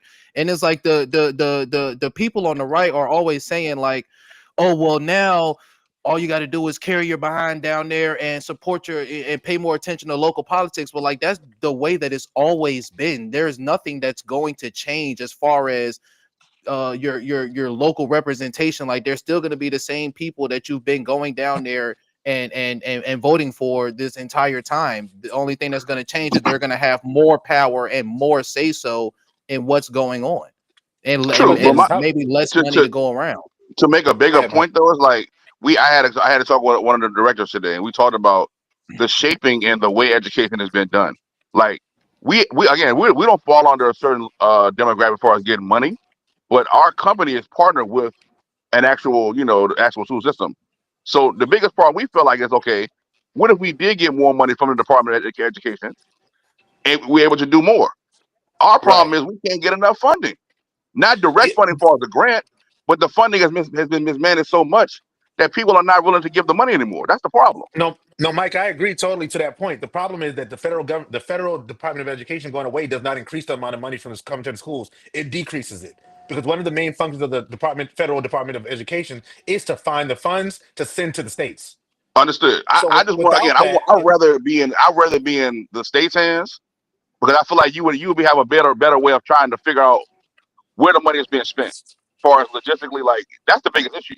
Like, dog, in our state, our state treasurer just last year he just got, well, he somehow still has a job, but they announced that they found $1.8 billion that they hadn't accounted for in the state budget.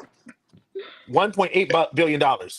When an that outside happens. agency came in, when the outside agency came in and did an audit of the state budget, they said no, there's not a $1.8 billion surplus. What it was is that they've been misaccounting for the last 4 years. Right. And so that's what showed up. So now the entire state has a black eye, right? That is something we only know because the federal government had to oversee it. Had to come in Word. and say, what happened here?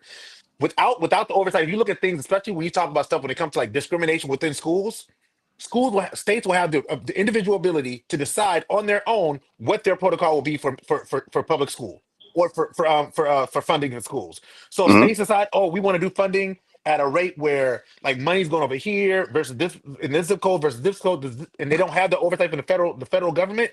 They will do whatever they want to do, and we've seen, especially in the South, what states do when states have the rights. If we look at back in the history of the United States of America, there's never been an argument that's been a states' rights argument that is a benefit to the black people ever. Ever. I agree with that. Not one. That's exactly I what agree with that. You know what's wild? Not one. And You that's know what what's wild? Get the federal If, government out of our slave business. Ralph should pull up with the Get ranking out of my here slave for pocket. educational states. The Republican states are some of the last place, Oh no, I got you. Oh, yeah, No, Ryan, bro, I red got you. Virginia, West I can look Virginia, that up. and then the blue states, of Louisiana. course, are number one. And No, you know so what's crazy? They're except for a voting. They couple. vote pretty close to that as well. They vote basically direction based on education. Correct. So if you look That up, is if you true. look up the 20 lowest states when it comes to education, poverty, healthcare, I want to say Life of So, the expectancy. 18 are all red states, Yeah, life expectancy is lower there too. and all of them are in the South. Yep. Like That's why the it- property's cheap there, because nobody actually really wants to move there. right. This is Now true. there are a couple red states that don't fall into that category, but they're the exception, not the rule. But it's not even a red. Yeah, we ain't talking It's not about even. that. It's not even a red or blue thing though. At this point, it really is a conversation about who do we want morals. to be as a nation. Yeah, it's morals. Mhm. Who do we want to be as a nation is really a conversation that we have to have across parties right Support. now. We have to figure out what Yeah, do we you want to have to stand cross for, the aisle. That's who do we want to always be, what I've said. and how do we want to look on the world stage. Right now, we look really funny on the world stage. Right now, we have a president that is more in line with Russia than he is with NATO. That's a problem. Right now, we have a president that's more in line with BRICS than he is with the UN. That's crazy. Like Yeah. the more and we have a president that sat in the Oval Office with a sitting world leader and threatened World War III. I mean, you can This blur that happened for a second. within 30 days of him being in office. I'm in a little Y'all, bubble. this is not a problem. We can't see it, Amber. Whatever it is you don't want us to see, you don't want to see. We can't see it. We could, yes, it's okay. I promise it's okay. promise you. I promise you. Finance rap after dark. No, You know, Brian is yeah, wild, bro. I'm back, Gang I'm after back. dark for sure. Yeah, hot box after dark. I forgot you dropped your Is hair. this BET at 12 o'clock at night? Hey, look, Listen, Jay, this BET uncut, yeah, bro. who knew? Bro, my mom Hey, hated the tip drill hey. video. You know what I'm saying? You know what's crazy? A couple rappers just redid that video where they did the whole card thing. Did it hit It's the like the same? original, bro. Nothing's like the original, bro. Yeah, I but mean, I don't no, think he it probably never hit will the be. same. It never will be. Right. Yeah, Nothing. nothing will ever touch what that thing smell like. Right. Oh Lord, All right. you know that No, joint was a little right. That's not what I'm saying. That was an all day suit. Dog. Yo, So yeah, My bad. I'm high as nah, shit. you good, I'm a little man. tipsy too. Bro, this nigga ugly. So yeah, I man. was So talking but about the keep Shout out contributing to because the Canadians. Shout out What to is the that? Canadians, y'all. Oh, Clearly hey, hold up. Canadian. We got some you want people to going to boycott? Greenland in a Boycotting couple the of weeks. Americans? Yeah. No, we on clearly Canadian, bro. Yeah. who's going to Greenland? I don't know. I thought I heard some of our. You talk officials about going to Greenland. America Blue or whatever they're gonna call it, America Blue Red or some shit. Hey, Y'all you know going what's so to crazy? Canada now? The MAGA influencers was Nah. like, we should also make Mexico a new state, and I was like, what is going on? I thought y'all hated the Mexicans. They want to Something make it else a to state. control, Now that's they all. want to claim They're Mexico. such a cult that they can't even keep up with who they hate. Word. My God. Now they want to keep Mexico. They don't even realize that Canada if they make Canada a state, they will never win the election ever again in their life. They'll never win the House ever again. That's why they don't want Puerto Rico and DC to be states. Correct. Mexico will never be a state. See, this is the thing. Like you just keep throwing. He just keeps throwing things like that out there. Like he can literally be like, "Oh, I'm going to make England a state." Like and the thing about erasing taxes for people making less than 150,000, like bro, that will The never The happen. lies baby they oil tell. bandit. The lies. You know, I think I posted the Crazy. You what can't Trump's even tax know policy Diddy that actually shit. is. And if you Nah, make it's under decent. 360,000 a year, you're gonna see your taxes go up anywhere from $500 to $1,000. So for them to come out there and just put that straight lie out, it's crazy. Mr. B. What up, Mr. B? Hell yeah, that's Mr. Bitches. Yeah, I ain't even attempting. I said that name on the screen in my head. I ain't saying it out loud. Yeah, nah. Yeah, I'm you cool. tripping with that, John. You beat. Hey, what does it say? Don't say it out loud. Don't say it. Well, yeah. So Yo. That must be fucking David. hell yeah. Yo. Yeah. So getting back to the sports, John. So Coach Will was on here a little earlier, and I asked I'm him. gone. All right, Ryan, bro. You Appreciate all you for tapping in with us, brother. Hey, shout out, Ryan. Yeah, Coach Will was trying to ignore me and get some shit off and act like he couldn't hear me. He heard me. But yeah. Yo. I was about to message y'all. You know how I know he heard me? Y'all. You know how I know he heard me? Because his voice kept getting louder as he was talking. Yeah, Hey, Coach Will was definitely funny as hell in that joint, bro.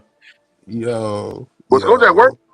Yeah, Coach was at work. But no, what I asked him though was, you know, we was talking about, you know, the amount of times, you know, when people talk about dominant franchises and stuff like that, you know, people don't really mention the Eagles as far as, you know, one of those teams. You know, they've had 4 appearances last 20 years, 3 in the last 10, and 2 championships in the last appearances don't count. You got to win. 2 championships in the last 10 years. Last week. I said, yo, y'all finally did it. Y'all starting to really become a really good franchise. And the last 2 times that they've won the Super Bowl, they've knocked off debatably 2 of the highest ranked quarterbacks in all-time history. And not only that, could have been another time. It could have been another time. You know what I'm saying? But when we talk about these things like that, I mean, I asked Coach, was it important? Do you think it's important for Eagles fans now that they've had the success? Like I said, two appearances by Jalen Hurts, 1 victory. Do you think it's important for them, for whether the media or whoever? Do you think it's important for Jalen Hurts to take that next step as far as the upper echelon in quarterbacks? Do you think it's important for people to start talking about him that way? I don't. Yeah. I don't.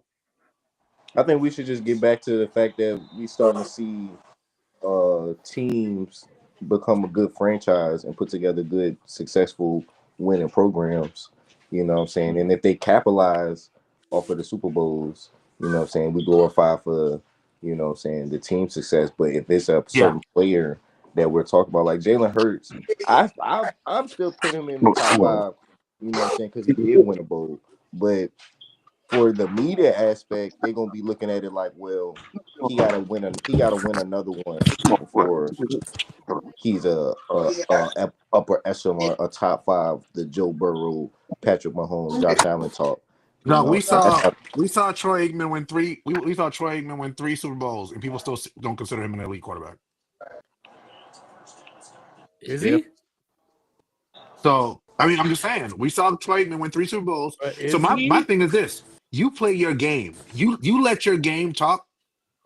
You win consistently, fight hard, lead your team, and let people talk about your legacy when your career's over, dog. Like trying to be considered the best quarterback in the league right now does you no good. Go win That's true. games with your team with the formula that y'all have to win. That's true. That's true. It's true. And I mean, in that GM Howie Roseman, Yes. I feel like he deserves a lot of credit too, because he's kind of, I think, mastered that Belichick, just kind of getting rid of guys at a certain time, like just Yep. not overpaying for certain guys. Like Yep. even CJ, what he said about CJ Gardner Johnson, bro, just made me realize like this nigga know what the fuck he's doing. Like he Yeah. evaluated CJ, was like, bro, look how many times he gave up a bunch of touchdowns. He's just not as good as we thought he was, so we moved him. But it's not like it's nothing to think about. And then the fact that they had that haul, all those Georgia guys that fell. You know, Right. it just shows you, man. The trade for AJ Brown, like these things are just the trade for Saquon. Like, bro, you have to tip your hat to that guy. He's really, really running circles around the whole NFL. I mean, Yeah. not even just that, bro. The Eagles literally do have like what 20 picks for the next 2 years, 11 picks going in, 12 picks going in this year, 12 picks next year. Like, so it's like what Howie's doing is basically just setting them up to be legitly in a Super Bowl running team for the next 5 years, because they'll be able to pay niggas, let niggas go, have other niggas on, you know what I'm saying, stay young and stay, you know what I'm saying, ahead of the game when it comes to the finance. So he could keep doing this consistently for the next 5 years. You know what I'm saying? It's just crazy that right now he has literally a lot of niggas, a lot of talent. Like he hit in the last few, all these last 3 years drafts. You know what I'm saying? And he's about to probably hit again. You know what I'm saying? The only thing that derails the Eagles would be like self-explosion between the team itself. We've seen that already too. Mm-hmm. It's definitely We have, possible. You know we what I'm have. saying? I still But don't know that what was a happened. Kellen Moore led offense, right? That was a Kellen Moore led offense, wasn't it? That That was melted before down. Kellen. No, Before that was Kellen. Brian Johnson. Yeah, that was Brian Oh, Johnson. yeah, Like that was it's, Brian Shout Johnson. it's out just to like you. You know what I'm saying? as much as I hate Kellen Moore, I feel like Kellen Moore learned from being in Dallas. Like I think he realized, like, yo, I got to run the ball. Well, we gonna find out soon, ain't we? Isn't Or he it the might be coach of the Saints Sirianni. now? Yeah, that's He what I is. said. We gonna find out soon. Or it was Sirianni saying, you better run the fucking ball. So, you know, you just don't know what that Coaches do dynamic that. is. Coaches do that because y'all told me that Dan Quinn couldn't make Shanahan run the ball. Who said that shit? Both of you and Yeah. Lethal. I When I said say that? that, Yeah, when I Cup say said it that, too. All three of y'all tried when to I gang say up Oh, on me, dude. no homo. Like y'all was like, yo, I Oh, dude. was like, yo, who's the head coach of the team? No, that's 2.5 Kyle Sikio. Shanahan playbook. No, that's what Kyle Shanahan does. Well, let me 2.5 say this. Sikio. In defense of myself, I felt like that. I didn't think Dan Quinn understood what he had to do as a head coach at that point in time. He let Kyle I just said kind of Dan like Quinn strong was arm gonna him be to a the certain perfect extent. Like GM.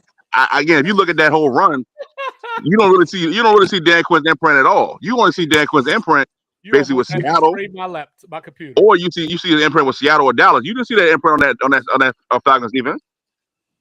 Right. Even y'all defense look better than it did. So like that's why I feel like the Dan Quinn. I feel like I blame more Cal than I would Dan Quinn in that spot. I didn't see Dan Quinn as the alpha in the room. Oh, okay. Well, speaking of being the alpha in the room, 2-5, can you please tell me right now what you think what round grade would you give for Jahad Campbell? If I was going off of potential, I'd say he was a top 10 pick. If I'm A going off top of 10 pick. Yeah, if I'm going off of as we know things at this moment, I'd say late first, early second. Late first, early second. Yeah. Would you take him at 14? It depends on who's around. I mean, if Shamar is there, Shamar Stewart, if he's there, I might have to take him. You know what I mean? Like if I forgot the other guy, Nick Gold, the other guy, A&M, his partner in crime. If he's there, I'd take him. You know what I'm saying? Because like when I look at a team like the Colts, because I see what we're doing here. You see what he's doing, right? If I'm a team like the Colts, I need something definitive. I already got a project. And that's all I'm gonna say about that. We already got a project. We need something definitive to win if things go to the left, and I gotta rely on Daniel Jones at some point. I gotta make sure other parts of this team is solidified. So I'm trying to get the proven commodity, not the guy that might take 2 to 3 years to become what I think he can be. But I don't see that in Jihad, bro. If he comes to Indy, bro, I feel like he'll turn into our Fred Warner, our Luke Kuechly type of linebacker that we always been needing for our squad. Especially because niggas be talking about how much we need a fucking tight end, and I know that, but it's so much depth in the tight end draft. It's like Tyler Warren and Colston Loveland are not the only great tight ends in this draft right now. So if I'm Ballard, I'm drafting Jihad. Second round, we can pick up a tight end. We can still get D-line and O-line depth in the third round. Fourth round also. It's like we're in a position where we don't have to reach. If we don't have to trade up, we can trade back. But what linebacker is the number one thing on the board right now. Then it's tight end. That's what I'm gonna tell you. Man. That's fair enough, but I think I just feel like at 14 you just be reaching. Like, but I think you that reaching at a tight so end. stay there for a second. Stay there for a second. I feel like if that's the case, and this is just me, you know, if there's a Colston Loveland or a Tyler Warren right there, why not get the safety valve for your quarterback that needs a safety valve? Because you could get one in the second round, like a Mason Taylor, the dude out of Miami. There's other tight ends that you can get. There's other linebackers on. you can get. There's Danny Stutzman. There's Kane Madrano. There's Eugene Asante. There's Not Nick the- Martin. There's Yeah, Carson because you're trying to Wheeler. make it seem like the gap between You're trying to make Jihad it and the sound other like- you're trying to make linebackers. it sound like we trying to He can't miss. He can't miss. He not can't miss prospect to me. No, he trying to make it sound like we telling him don't take Ray Lewis, bro. Word, yeah, like, bro, he's not that. Not even Lamar close. Jackson is the better Raven anyway. You know what I'm saying? Like, No, I'm Like- just like- saying because, like, far as what I'm seeing from how we're building this roster right now, how, like I said, the bat finally came off the shoulder for Chris Ballard. You know what I'm saying? He paid for the secondary this year. You know what I'm saying? You know, exactly. Bro, not even We're Roquan Smith coming out. We're in talks. I think he came out in the first round, if I'm not mistaken. Yeah, but I'm saying he's still not that caliber. He's still not even that caliber player. I don't even think he's as good as Nakobe Dean coming out. Okay, but you had linebackers that came out the first round, though. Patrick Willis, Luke Kuechly, that became legit niggas. No, but he I'm ain't saying done- though, but we knew. But when we saw Luke Kuechly and Patrick Willis in the draft, they were already proven. They were already like, yo, you better get them. Jihad is, yo, if you want a linebacker that can run laps around everybody, get him. He like Overshawn to me. Like I waited the third round to draft him or second round. Like That's two. I feel like the drop. That's a no, I'm not. You know, I'm being for real. I'm not being disrespectful. I'm being for real. Like I just bro, he like gonna be there. to me. He's I'm gonna going. be there. I like the way Ballard came out this year. He paid us. You've been screaming for that shit. He finally did it. But that's gonna make your defense even better anyway. So you know you're not gonna need. It's a defensive draft pool for. This draft is a Chris Ballard's draft. And yes, I always tell you, like, he hits on our linebackers, bro. You know what I'm saying? Ever since he got in the belt, he draft good linebackers.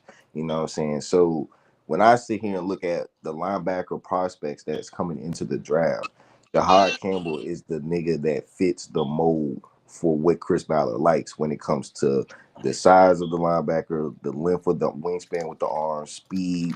You know what I'm saying? Can he play coverage? Can he stop the run? Is he like these are measurables that he have that he's going to end up drafting this nigga because that's the only position that we have yet to address since free agency has started. Okay. No EJ Speed. So Grant Stewart's gone. The only linebackers that we have currently on the roster is Zaire Franklin and Carlisle's that we drafted as a safety last year, converted to a linebacker. So I like Pete Prisco out of CBS. His latest mock draft has Jihad at number 19 going to Tampa, and he has the Colts taking an offensive lineman. Which is horrible. That's tough. Super tough. I don't know. In the first, that's what I I'm ain't saying. telling you who he got the Patriots taking. At 4, I don't even want to know. Who is I it? don't want to know. Please let me know. It's probably Will Campbell. Yep. Wow, that's crazy. Bro, I'm telling y'all, have y'all been hearing the buzz about Check Warner Downs? I told you. I don't even want to talk I've said about it for the past couple weeks now. I've been said it. I don't want to talk about let's see who he got Dallas taking. He's got Dallas taking Will Johnson. No, not the cornerback? Yeah. Hell no. I love Will Johnson, but no. We don't really know if he can afford him. Not in the first round. Bro, Deron Bland, Trayvon Diggs, Will Johnson. Y'all might move Trayvon Diggs. You probably will. I mean, I think we might move Diggs anyway, but I think the fact that I think we might go into Stephon Diggs. I think they're looking. This is how Jerry has shaped it out to me. We went heavy linebacker already. We've already went kind of heavy with O lineman as far as depth guys. Moving BB back to his natural spot as guard. We're putting Brett Hoffman at center. So to me, I don't look at this like we already signed a couple cornerbacks too. So it's not like we brought back Israel Kwamu. So we already got guys that's already there. I don't look at it's drafting. I think you're going to go get the impact guy. Like we haven't picked up no receivers, but what's his nigga Paris Campbell? That was it. We let Brandon Campbell go. So I mean, to me, it's there for the taking. I think we're gonna go. We're gonna get Hampton in the draft, probably late round pick, and I think we're gonna get Ted number 12. Man, or I pick up Bazooka Joe maybe for a 5th pick, compensatory pick that we picked up. So I mean, it's okay. Like I said, bro, I think Brian Schottenheimer, as much as it sounds insane to me, I think he's the right coach for this team. I like his temperament. Like I'm telling y'all, I'm first calling this shit. I like his temperament. I like the fact that he even talks shit about to Dak. Like, yo, he said it's a put up or shut up here. Like our coaches don't talk like that. What is your expectations for the Dallas Cowboys coming into 2025? The division, compete to win the division. That's it. I don't look at it as a Super Bowl contender. I think we can compete for the division for sure. I mean, Philly is Philly though. I'm not gonna shit on the team that just won this shit. But I think with healthy Dak Prescott, CeeDee Lamb, and a couple more weapons, we'll be all right. We got There was another division team that made the NFC Championship game too. What happened? Said there was another NFC East team that made the NFC Championship game too. You're right, Washington. You know what I'm saying? So again, that's why I said compete. We're not a shoe in at this point. Even the draft will probably be improved. If I don't know nothing else, Dallas going to clip us once. I'm gonna split. If I don't know nothing else, that's gonna happen. Hey, remember when I was like yay tall, and the Dallas Cowboys finished 1-15. Yes, sir. And the only team we won, the only team beat them, y'all. And I think we won that game with Steve. Was it Steve Berline? Was it Steve Berline? Like it might have been Steve Walsh for all I remember. Yeah, yo, you said Steve Walsh. It might have been Steve Berline. No bullshit. It might have been. No. I think it was Jason Garrett. I don't know who it was. It might have Jason Garrett. That way. Yeah, I think it was because Troy got he got sacked so many times. He was hurt. I gotta look this up now. Jimmy was tanking that year though, so that nigga smart, man. Jimmy ain't a fool. So Jimmy said, "Yeah, we tanked that shit on purpose." Really quick, like why would we try to win a game if we know we're not good? Rather than trade Herschel Walker for the haul. That's how you build the Cowboys. You get Darren Woodson, you get Irvin, you get Emmett. Like, bruh, Stepnowski. Like this nigga, Jimmy Johnson's great. You think Schottenheimer is going to come in here and do a Herschel Walker trade for y'all? Nah, I hope we probably won't get a trade like that. But I'm saying, like, I just like the attitude. I like the fact that he just coming in with a different style, a little more hard nosed. Just holding guys accountable. Like, again, that's why I have press conferences. I don't know for sure, but I'm just saying. And again, he already been there. He know the offense already. Dak know the offense. Them together, I think Dak will take that next step of doing more audibles, doing more control at the line of scrimmage. I think the last 2 quarters was holding them back personally. Hey, Mike, it was Steve Walsh. and Get the fuck out of here. he went 10 for 30. That's crazy, Yikes. dog. Mm. God damn. Doug Williams threw 52 passes. That's crazy, man. Yeah. So Unreal. Cowboy Mike, what do you envision? You know what I'm saying? Because shot for one, shout Oh, no, out to that was number the wrong 9, game, Devontae Turpin, All Pro. You know Yeah, what I'm saying? Turpin's coming back too. What do you envision his role being, if any increase at all? What do you see his role being on the team this year?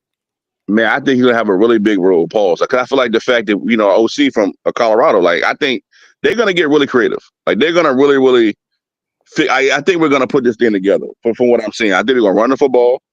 But I think Turpin's gonna be like more. I think he was gonna be in that same. I thought this would be this year. This year he would do more that slot. Like, bro, he every time he gets on the field, he makes an impact play. So to me, I think I envision him in that slot role. That's why we let Brandon Cooks leave, because it's like, bro, you're not here. Like he said, the Cowboys didn't utilize it right, bro. You missed 8 games last year. What are you talking about? Me and Tuval, I remember I asked Tuval, like, bro, have you seen him on the injury report? Like, what's wrong with bro? Like, he had personal issues he was out for. Then it was an ankle. So I think it's Devontae Turpin again in the return game. He can make an impact, which he's always always done. And I think on in that slot, from far as being an end around guy, just to kind of keep the defense honest. I feel like we're gonna run the football this year. We're gonna have a nice running back, tandem. Then we're gonna draft a young guy. So again, the sky's the limit for us. I think any guy we draft, I think it's gonna be impactful. It was Genty. It was Hampton. I've heard Hampton is stock is rising too. So we may go get Hampton early. I don't know.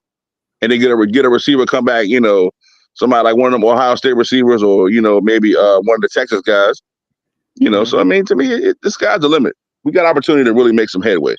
The fact that I knew they was going to restructure Dak and them, I knew that to free up that money. They're going to sign Michael Parsons, one of the biggest deals, which I agree with, but hey, we're going to see. Do you think people are out on the Cowboys too early because they fired their coach? Could be, but I think that's when the Cowboys always play at their best. I mean, Stephen A. Smith is right about that. When we have no expectations, when we come into John, everybody think we gonna be dog water or shit, whatever. That's when we play our best. Yeah, it happens every year. That's why I'm very so optimistic about it. It's like we can stay on the radar. They're gonna be pumping up JD5. They're pumping up Jalen Hurts all year, and the Cowboys gonna be just right under the radar. And our schedule's favorable. Yeah, you know what I'm saying? I got a list of teams that do this. You know what I mean? Like the Cowboys, the Yankees, Notre Dame, the Miami Hurricanes. Like when you count them out, they will bite you every single time. I'll bring it by. Real Spill McGill. That's a real talk. So I'm hoping the fact that people just gonna just be like, oh, they ain't gonna do shit. Like after okay. like just looking back at the season this year, for example, how many people thought Dallas was going to walk into Pittsburgh and win that game on a Sunday night? Not many folk. That's exactly why I picked them. Yeah, real talk. You're right. I mean, I did, of course. I knew Pittsburgh wasn't shit, but yeah, But before we move on, because I got a list before we end this jump. Before we move on, though, something very interesting just came across my feed, and it says that the Colts haven't had a tight end reach 500 receiving yards since 2018. Tough. Jackie. Tough. That was Eric Ebron. Oh, Eric Ebron. And y'all had that. I just never understood why y'all don't feature the tight end more. Because, man, we ain't never knew. We try to find receivers first. We finally got our Ali, they had Ali from VCU, Cox. Yeah, I like him. Ali Cox. He could play. I'm like, damn, why don't we just throw him in the ball? Yeah, we finally got our receivers, bro. We don't got to reach for a fucking tight end this year, but everybody want us to. Bro, everybody keep Tyler Warren is not a reach, bro. Tyler Warren legit. But this is why I don't want him, because everybody in the fucking. You don't want him because he's legit. I don't want niggas that. I don't want somebody that everybody's cock riding for. Like I don't. So you want to take the undercover pick? So you want to literally reach? You want to literally reach? You want to take the under the radar guy and draft him high? I'm telling you, bro. This is what I want. This is what y'all not understanding, bro.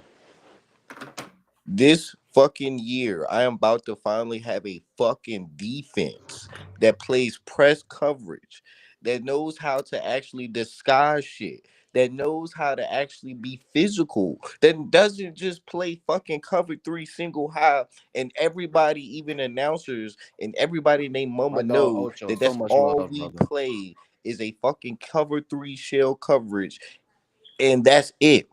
Gardner Minshew lit us up for 23 of 24 and like 300 yards and 4 touchdowns. Drew Lock with the best game of his life. Okay, I watched Drew Brees walk my defense down before and put up 49 points on a Monday night. Okay, I've seen so much abysmal defense for the past 4 years, bro. And you think I'm about Jihad to Campbell is gonna be the X factor for all that?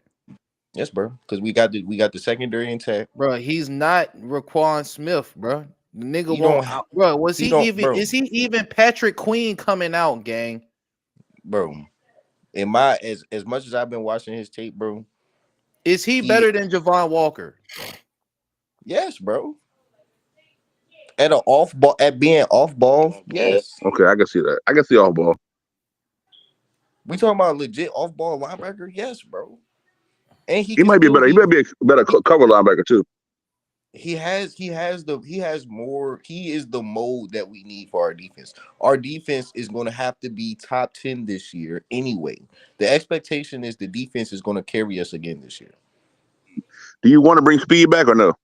No, bro. That's why I said. That's why we haven't done nothing with the Okay. linebacker position since this Respect, whole respect, offseason. We are respect. drafting a linebacker. We are drafting Jihad Campbell. I am telling y'all this.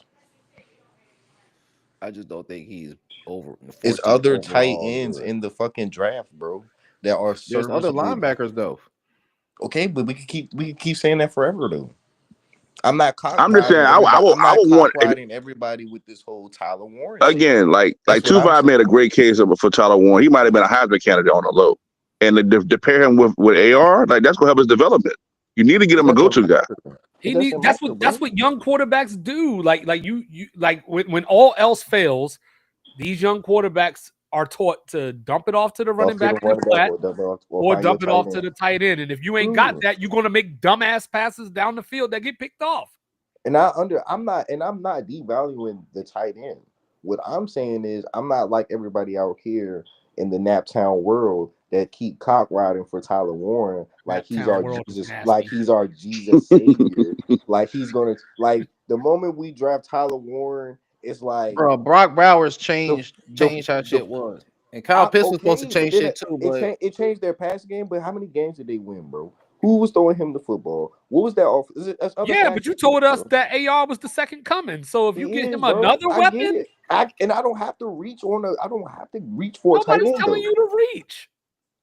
At So would you be 14, opposed if y'all drafted y'all linebacker and then y'all came back up in the first round? if I already drafted my linebacker Yeah. and then come back in the first round to get a tight end, yeah, I'd be cool with that. Like My whole goal is my Because y'all don't need that. To me personally, my draft if board y'all is had set the up. third pick and I told y'all to get a tight end, that would be reaching. y'all got the 14th yeah, for sure. pick, bro. Literally the middle of the first round. Okay, what we do last year at 14, we drafted the first defensive player the whole first round in general. Yes, we went after a pass rusher. Yes, we went after a DN. This year, we're in the same fucking position, and we probably end up drafting the first fucking legit middle off-ball linebacker in the draft at 14. We are still building this defense. I have a new DC. He's going to want his own linebacker to run the show. Zaire is not really proven, bro. He just And we don't have nobody to give him competition right now at the spot. If I don't get Jihad Campbell, Chris Paul Jr. is the second linebacker that I'd be okay that we could get in the third round. So then what you gonna do with that first round pick then? If we go tight end first round, then I would have to be like, all right, second round, he gonna be there. Because Jihad's gonna be gone, bro. He's a first round talent, bro. He's gonna be gone. He's not making it to the second round. I wouldn't say that. I'm trying to tell you, bro. I mean, So get Fannin later. Fellas, we gonna end this off with a list tonight. Me and Lethal started a little earlier, but he didn't get but so many names. this name. There are 6 tiers.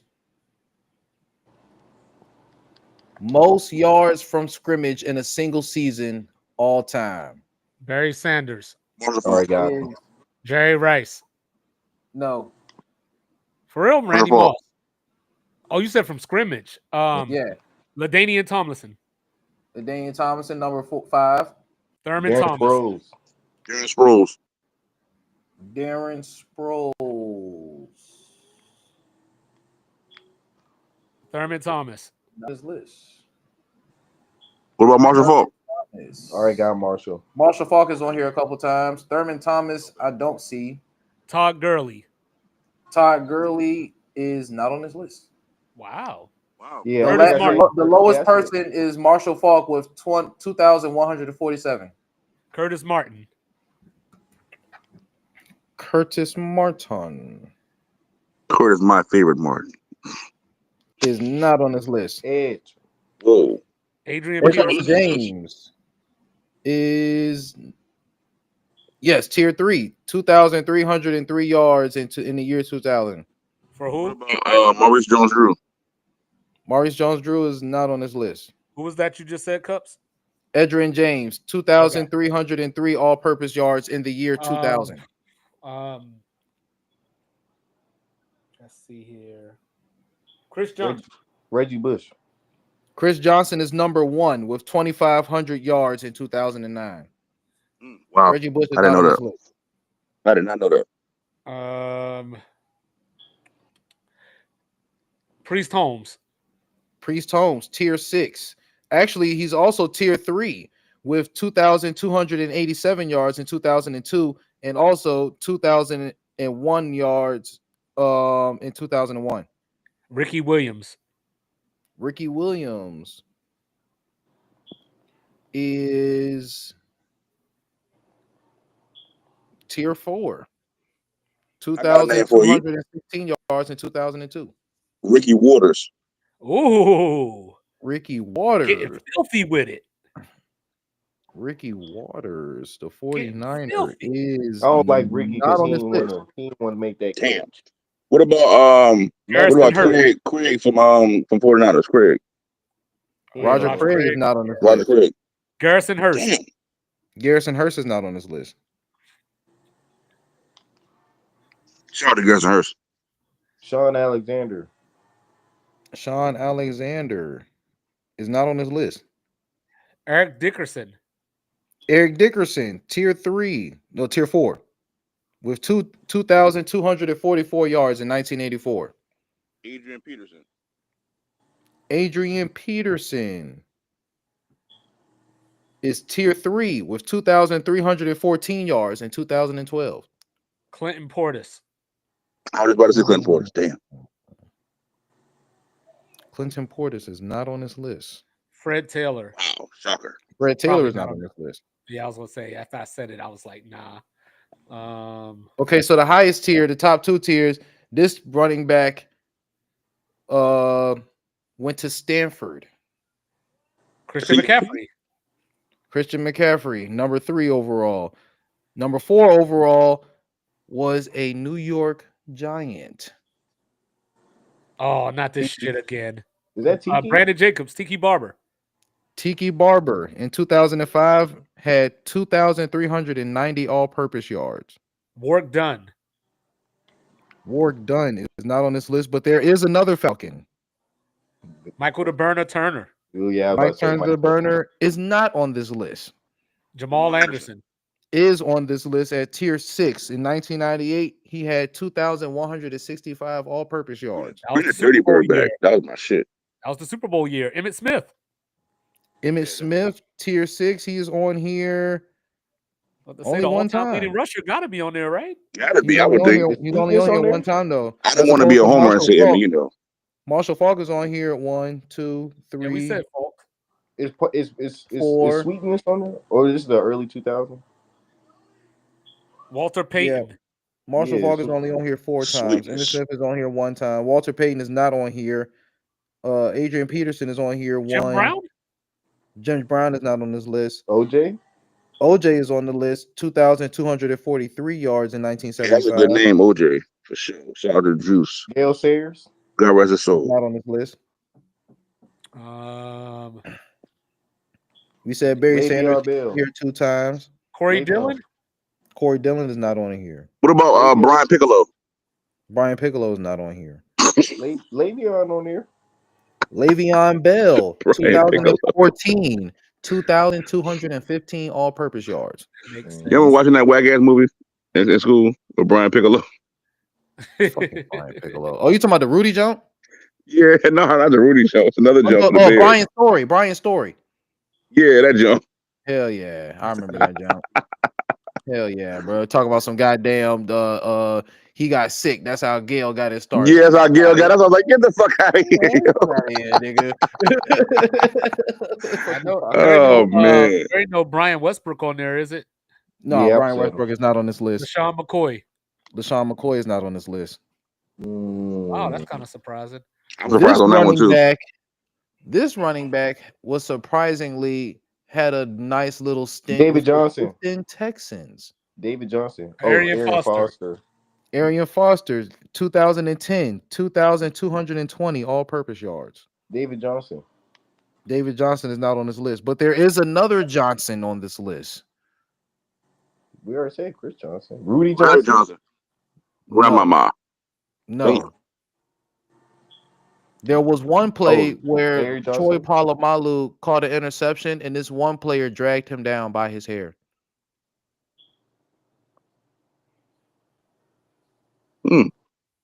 Oh, that ain't his name, is it? It's not Sean Johnson. What is his name? He was a Kansas City Chief. Larry Johnson?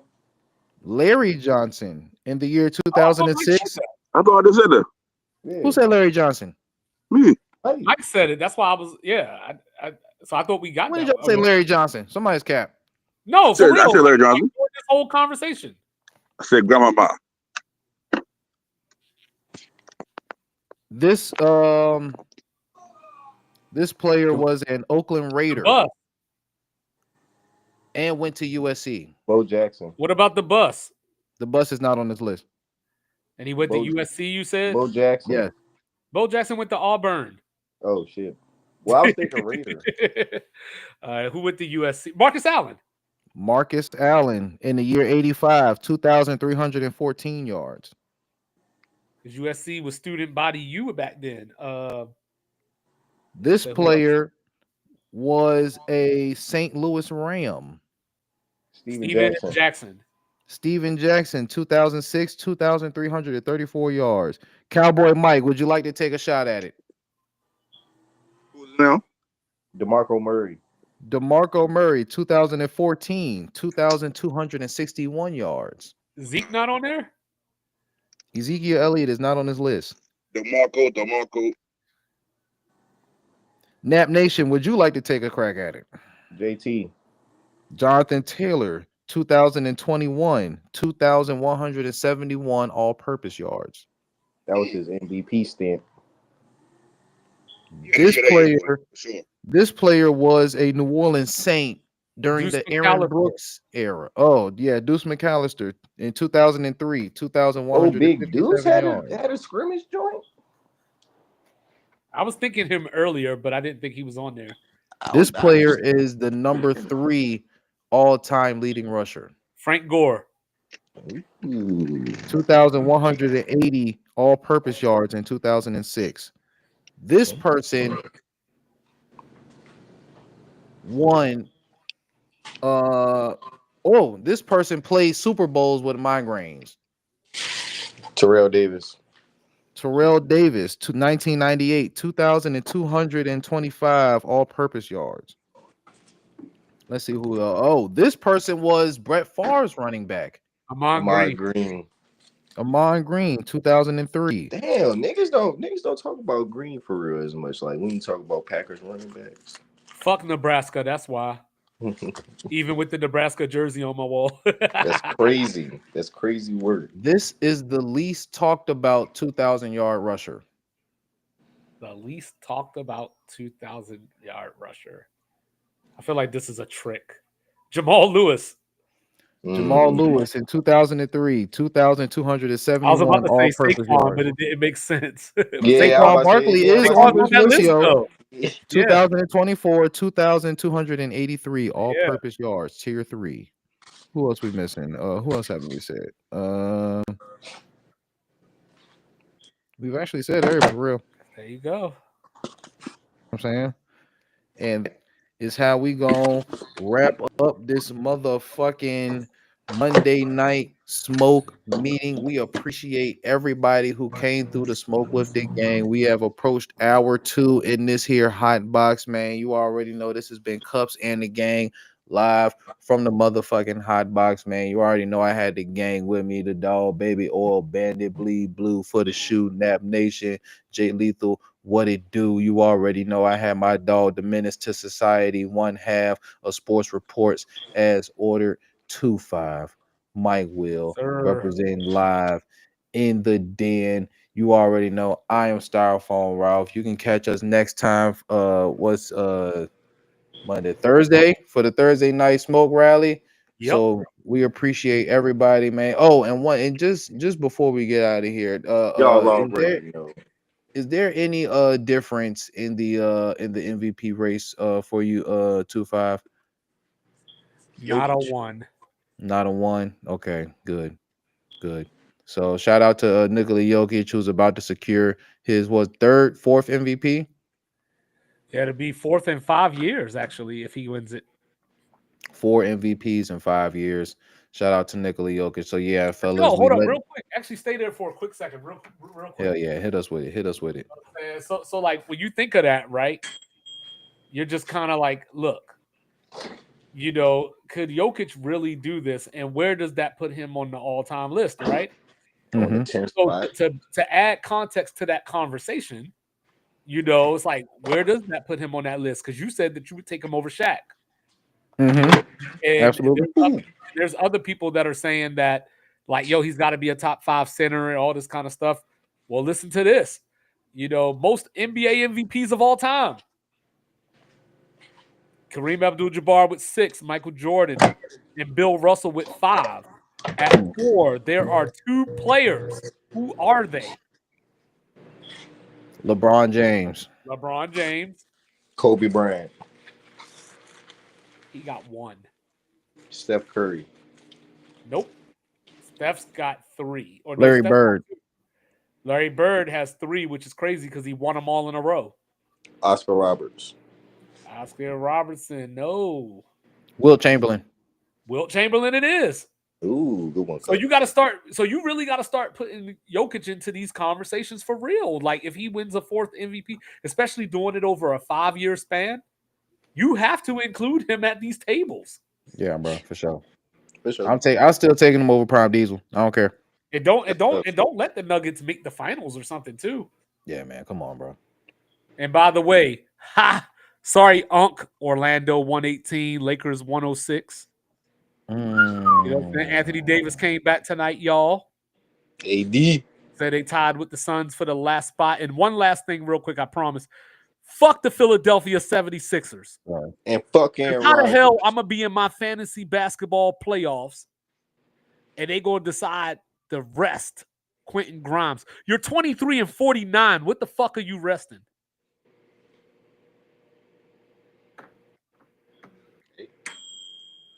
Just saying. Hey. I don't run the bracket. Just saying. Oh, Wildcats Friday night, trying to beat Tennessee for the 3rd straight time and get to the Elite 8. Heard the G League is bringing in his team called the Mad Ants. I don't know if They already got a team called the Mad Ants. That's a horrible name. The Fort Wayne Mad Ants. And speaking of which, so everybody made this hoopla, you know what I'm saying, about Bronny James putting up 17. Which was awesome. But then they forgot he scored 2 points the next game against the Bulls.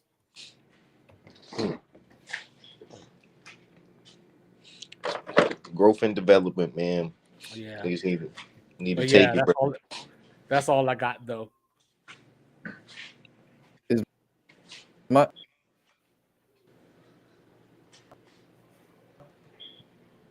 did I freeze? Yeah, you frozen. Yeah, you the one that's glitching out. Did y'all freeze?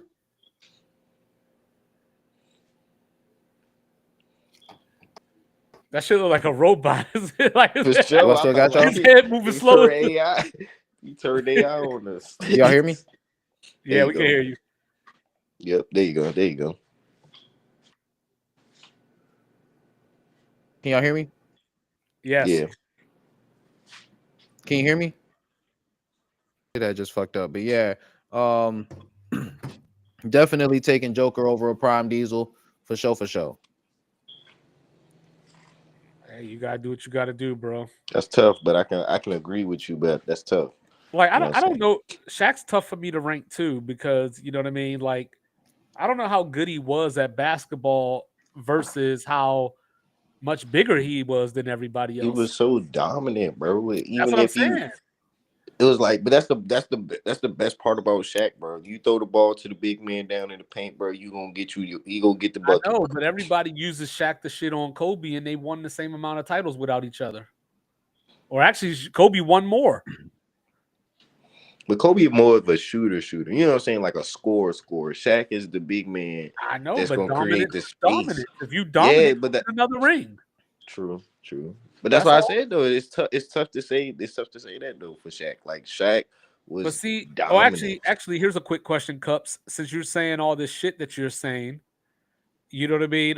What happens if Jokic does get this MVP, but never wins another title? He already got one by himself. Not on no Kobe Shaq shit. No, On I some know, Joker but, shit. but if he only got one title, you're gonna run into a lot of pushback of people talking. If you're putting him in front of If he people, turned into the Peyton Manning of the NFL, where he maybe get like 2 chips but a whole bunch of MVPs. Yeah, bro. It's still a team game. You know what I'm saying? It's still a team game. And unless they get that man some help, I mean, look, cause like I said, bro, you can't deny. Oh no! Apparently, they had to carry Juju off the court. Damn. Oh no. No, Not my Juju. last question, 2-5, I promise. Is there anybody in March Madness right now that you can see? And if you can't name a player, maybe a team. Can you name a player that has the highest probability of having a story like the Jack, what is his name, Godeke or something like Jack that? Goldke, yeah. So right now, it sucks because playing for Duke, you can't hide in the shadows. Mhm. But Tyrese Proctor just went 9 for 10 from 3 yesterday. Come on now. Has hit like 16 or 17 threes in the first 2 tournament games. Mhm. Jason Richardson's son, Jason Richardson, killing it at Michigan State. He going hard, bro. Yeah, keep your eye on him. Even when he's not scoring, he does all the things. You got Janai Broom over at Auburn, who is Cooper Flagg's competition for Player of the Year. So, Auburn got Michigan on Friday. And by the way, Michigan is coached by Dusty May, who took Florida Atlantic to the Final Four 2 years ago. And he has the big man from that team, Vlad Golden. They got Joe Wolf. Michigan's got a lot of talent. Auburn better watch out. They're on upset alert. Danny Wolf looked like a Celtic to me. I don't know about y'all. I don't know what it is, man. Like he looked like I can't wait to play with him on 2K. That what he looked like. For sure. You got of course you got Kentucky, my guy Owe, and Card, those two, we'll see. Like I said, gotta beat Tennessee for the 3rd time. Like I want to root for Tennessee, even though they're playing my team, because Zakai Ziegler, he was their best player 2 years ago on that Dalton Connect team, and he got hurt at the end of the season. So, this is kind of like the redemption thing. Tennessee's never made the Final Four. Alabama's got Mark Sears, who is a senior, and it's kind of funny, because we get caught up in the one and dones, the young players. So, it's kind of nice to see the seniors, showing out. And of course, they got Grant Nelson that Residente fell in love with last year. I think it's. I'll give you one. What's up? Who you got? Well, I'll be like on a quick joint for y'all.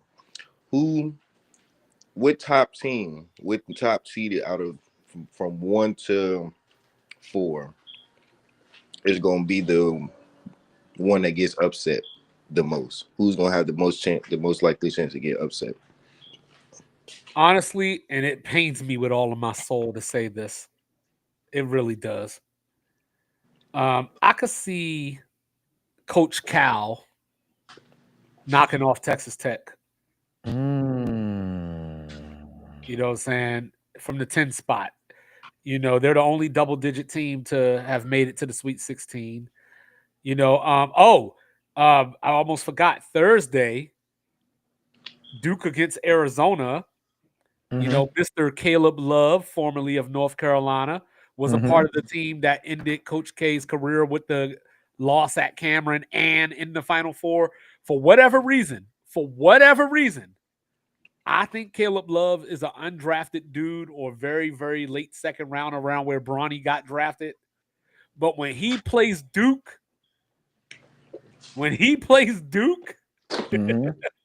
I'm trying to tell you, man, like it's a whole like that That's dude. what get flipped on. Yeah, when he plays against Duke, he could be a top 4 pick just off of those games. You know, I'm excited to see Purdue and Houston. You know, I've been picking Houston the last couple of years to go far, and then they always trip up around the Elite Eight or so. But I like the fact that they're playing Purdue. You know, this is without Zach Edey. And here's Purdue again back in the Sweet 16, you know. So, you know, we're going to see what Purdue can do if they can hold it down. And, you know, and Ole Miss, you know, shout out to Chris Beard. He went from biting his girlfriend and getting fired at Texas to leading Ole Miss to the Sweet 16.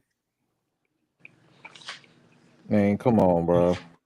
Yeah, so with that being said, fellas, we appreciate all that, man. We're going to be coming back at you live Thursday night, same time, same place. Again, before we sign out of here, before all else, fuck Aaron Rodgers. Aaron Rodgers. Fuck him. And shout out to Drew Brees. And again, I'm here to have this conversation. Just and y'all can see I didn't want to admit it for my first submission, but I will self-submit Drew Brees into my Voldemort file and lock it in there myself.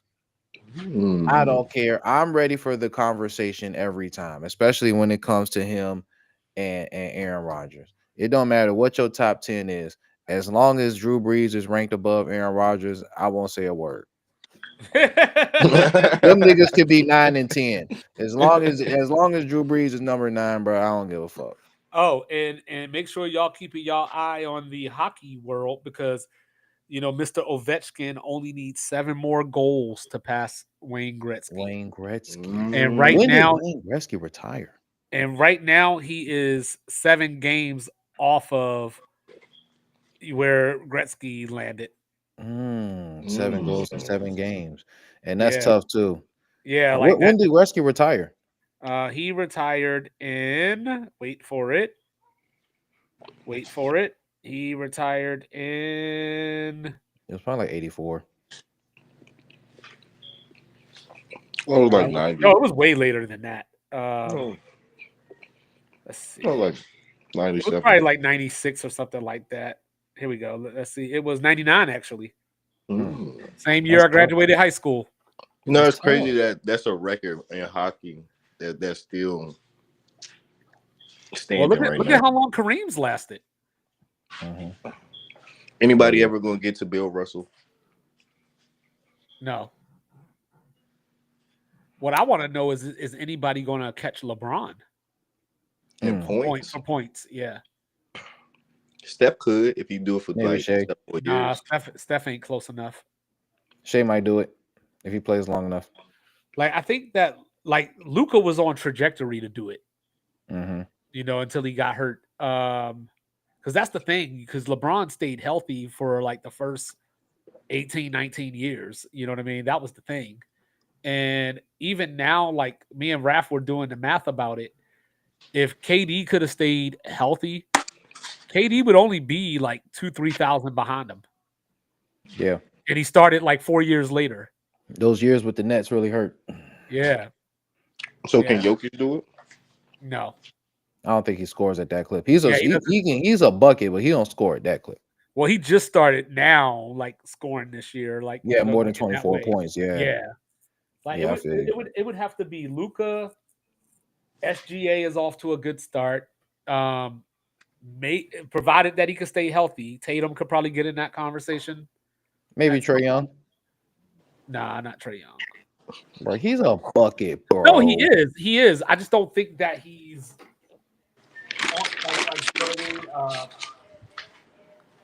I don't know how long his game lasts. Either Trae or damn, who else was I about to say? Like so if you look at it right now, right? If you look at it right now, so Durant is number 8. And then Harden is 11. I was about Harden. That's the guy I was about to say. Harden. Yeah, he's at 11, but he's slowing down. You got let's see. You got Westbrook at 21, but he's slowing down. Steph is all the way at 26. Damn, Ain't Harden out of averaging all like those 28 three? this year? Huh? How much is Harden averaging this year? Harden is balling this year. No, he ain't averaging like I think let me see. If I had to guess before I get the number, I would say like 22. I'm sure it's more like He's averaging 22 and a half. Damn. His last couple of games, he been on a tear though. Yeah, well, that's what I'm saying. So Steph, so right now, like just looking at active players, right? Mhm. Durant is at 30,469. Steph is at 25,117. You know what I'm saying? And Steph's already all those 35. three, Steph's already 35. Steph is still down. That's what's crazy. But that's the problem is because remember Steph started out injured, like he had the ankle issues, so he got off to a slow start. You know, like if I'm looking, like Giannis is down here at number 50. Damian Lillard is number 37, but I think he's slowing down. DeMar DeRozan at 27. See, that's the crazy part because, like, when you look at Steph and DeRozan, right? Steph is 26, DeRozan is 27.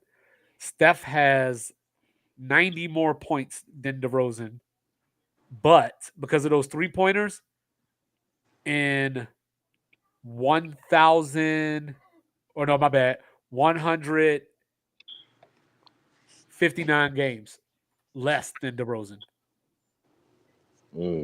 That's tough.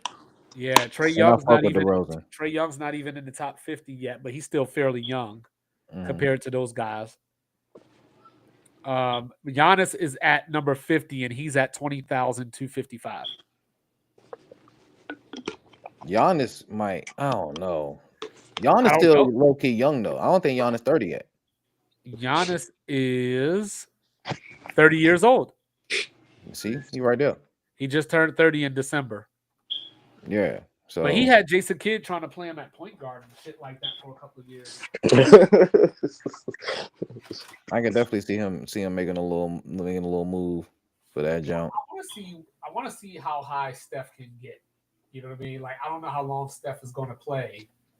I think Steph can at least get top into the 15 if he plays at least three or 4 more years. So Steph is at 25,117. Oscar Robertson is at 15 with 26,710.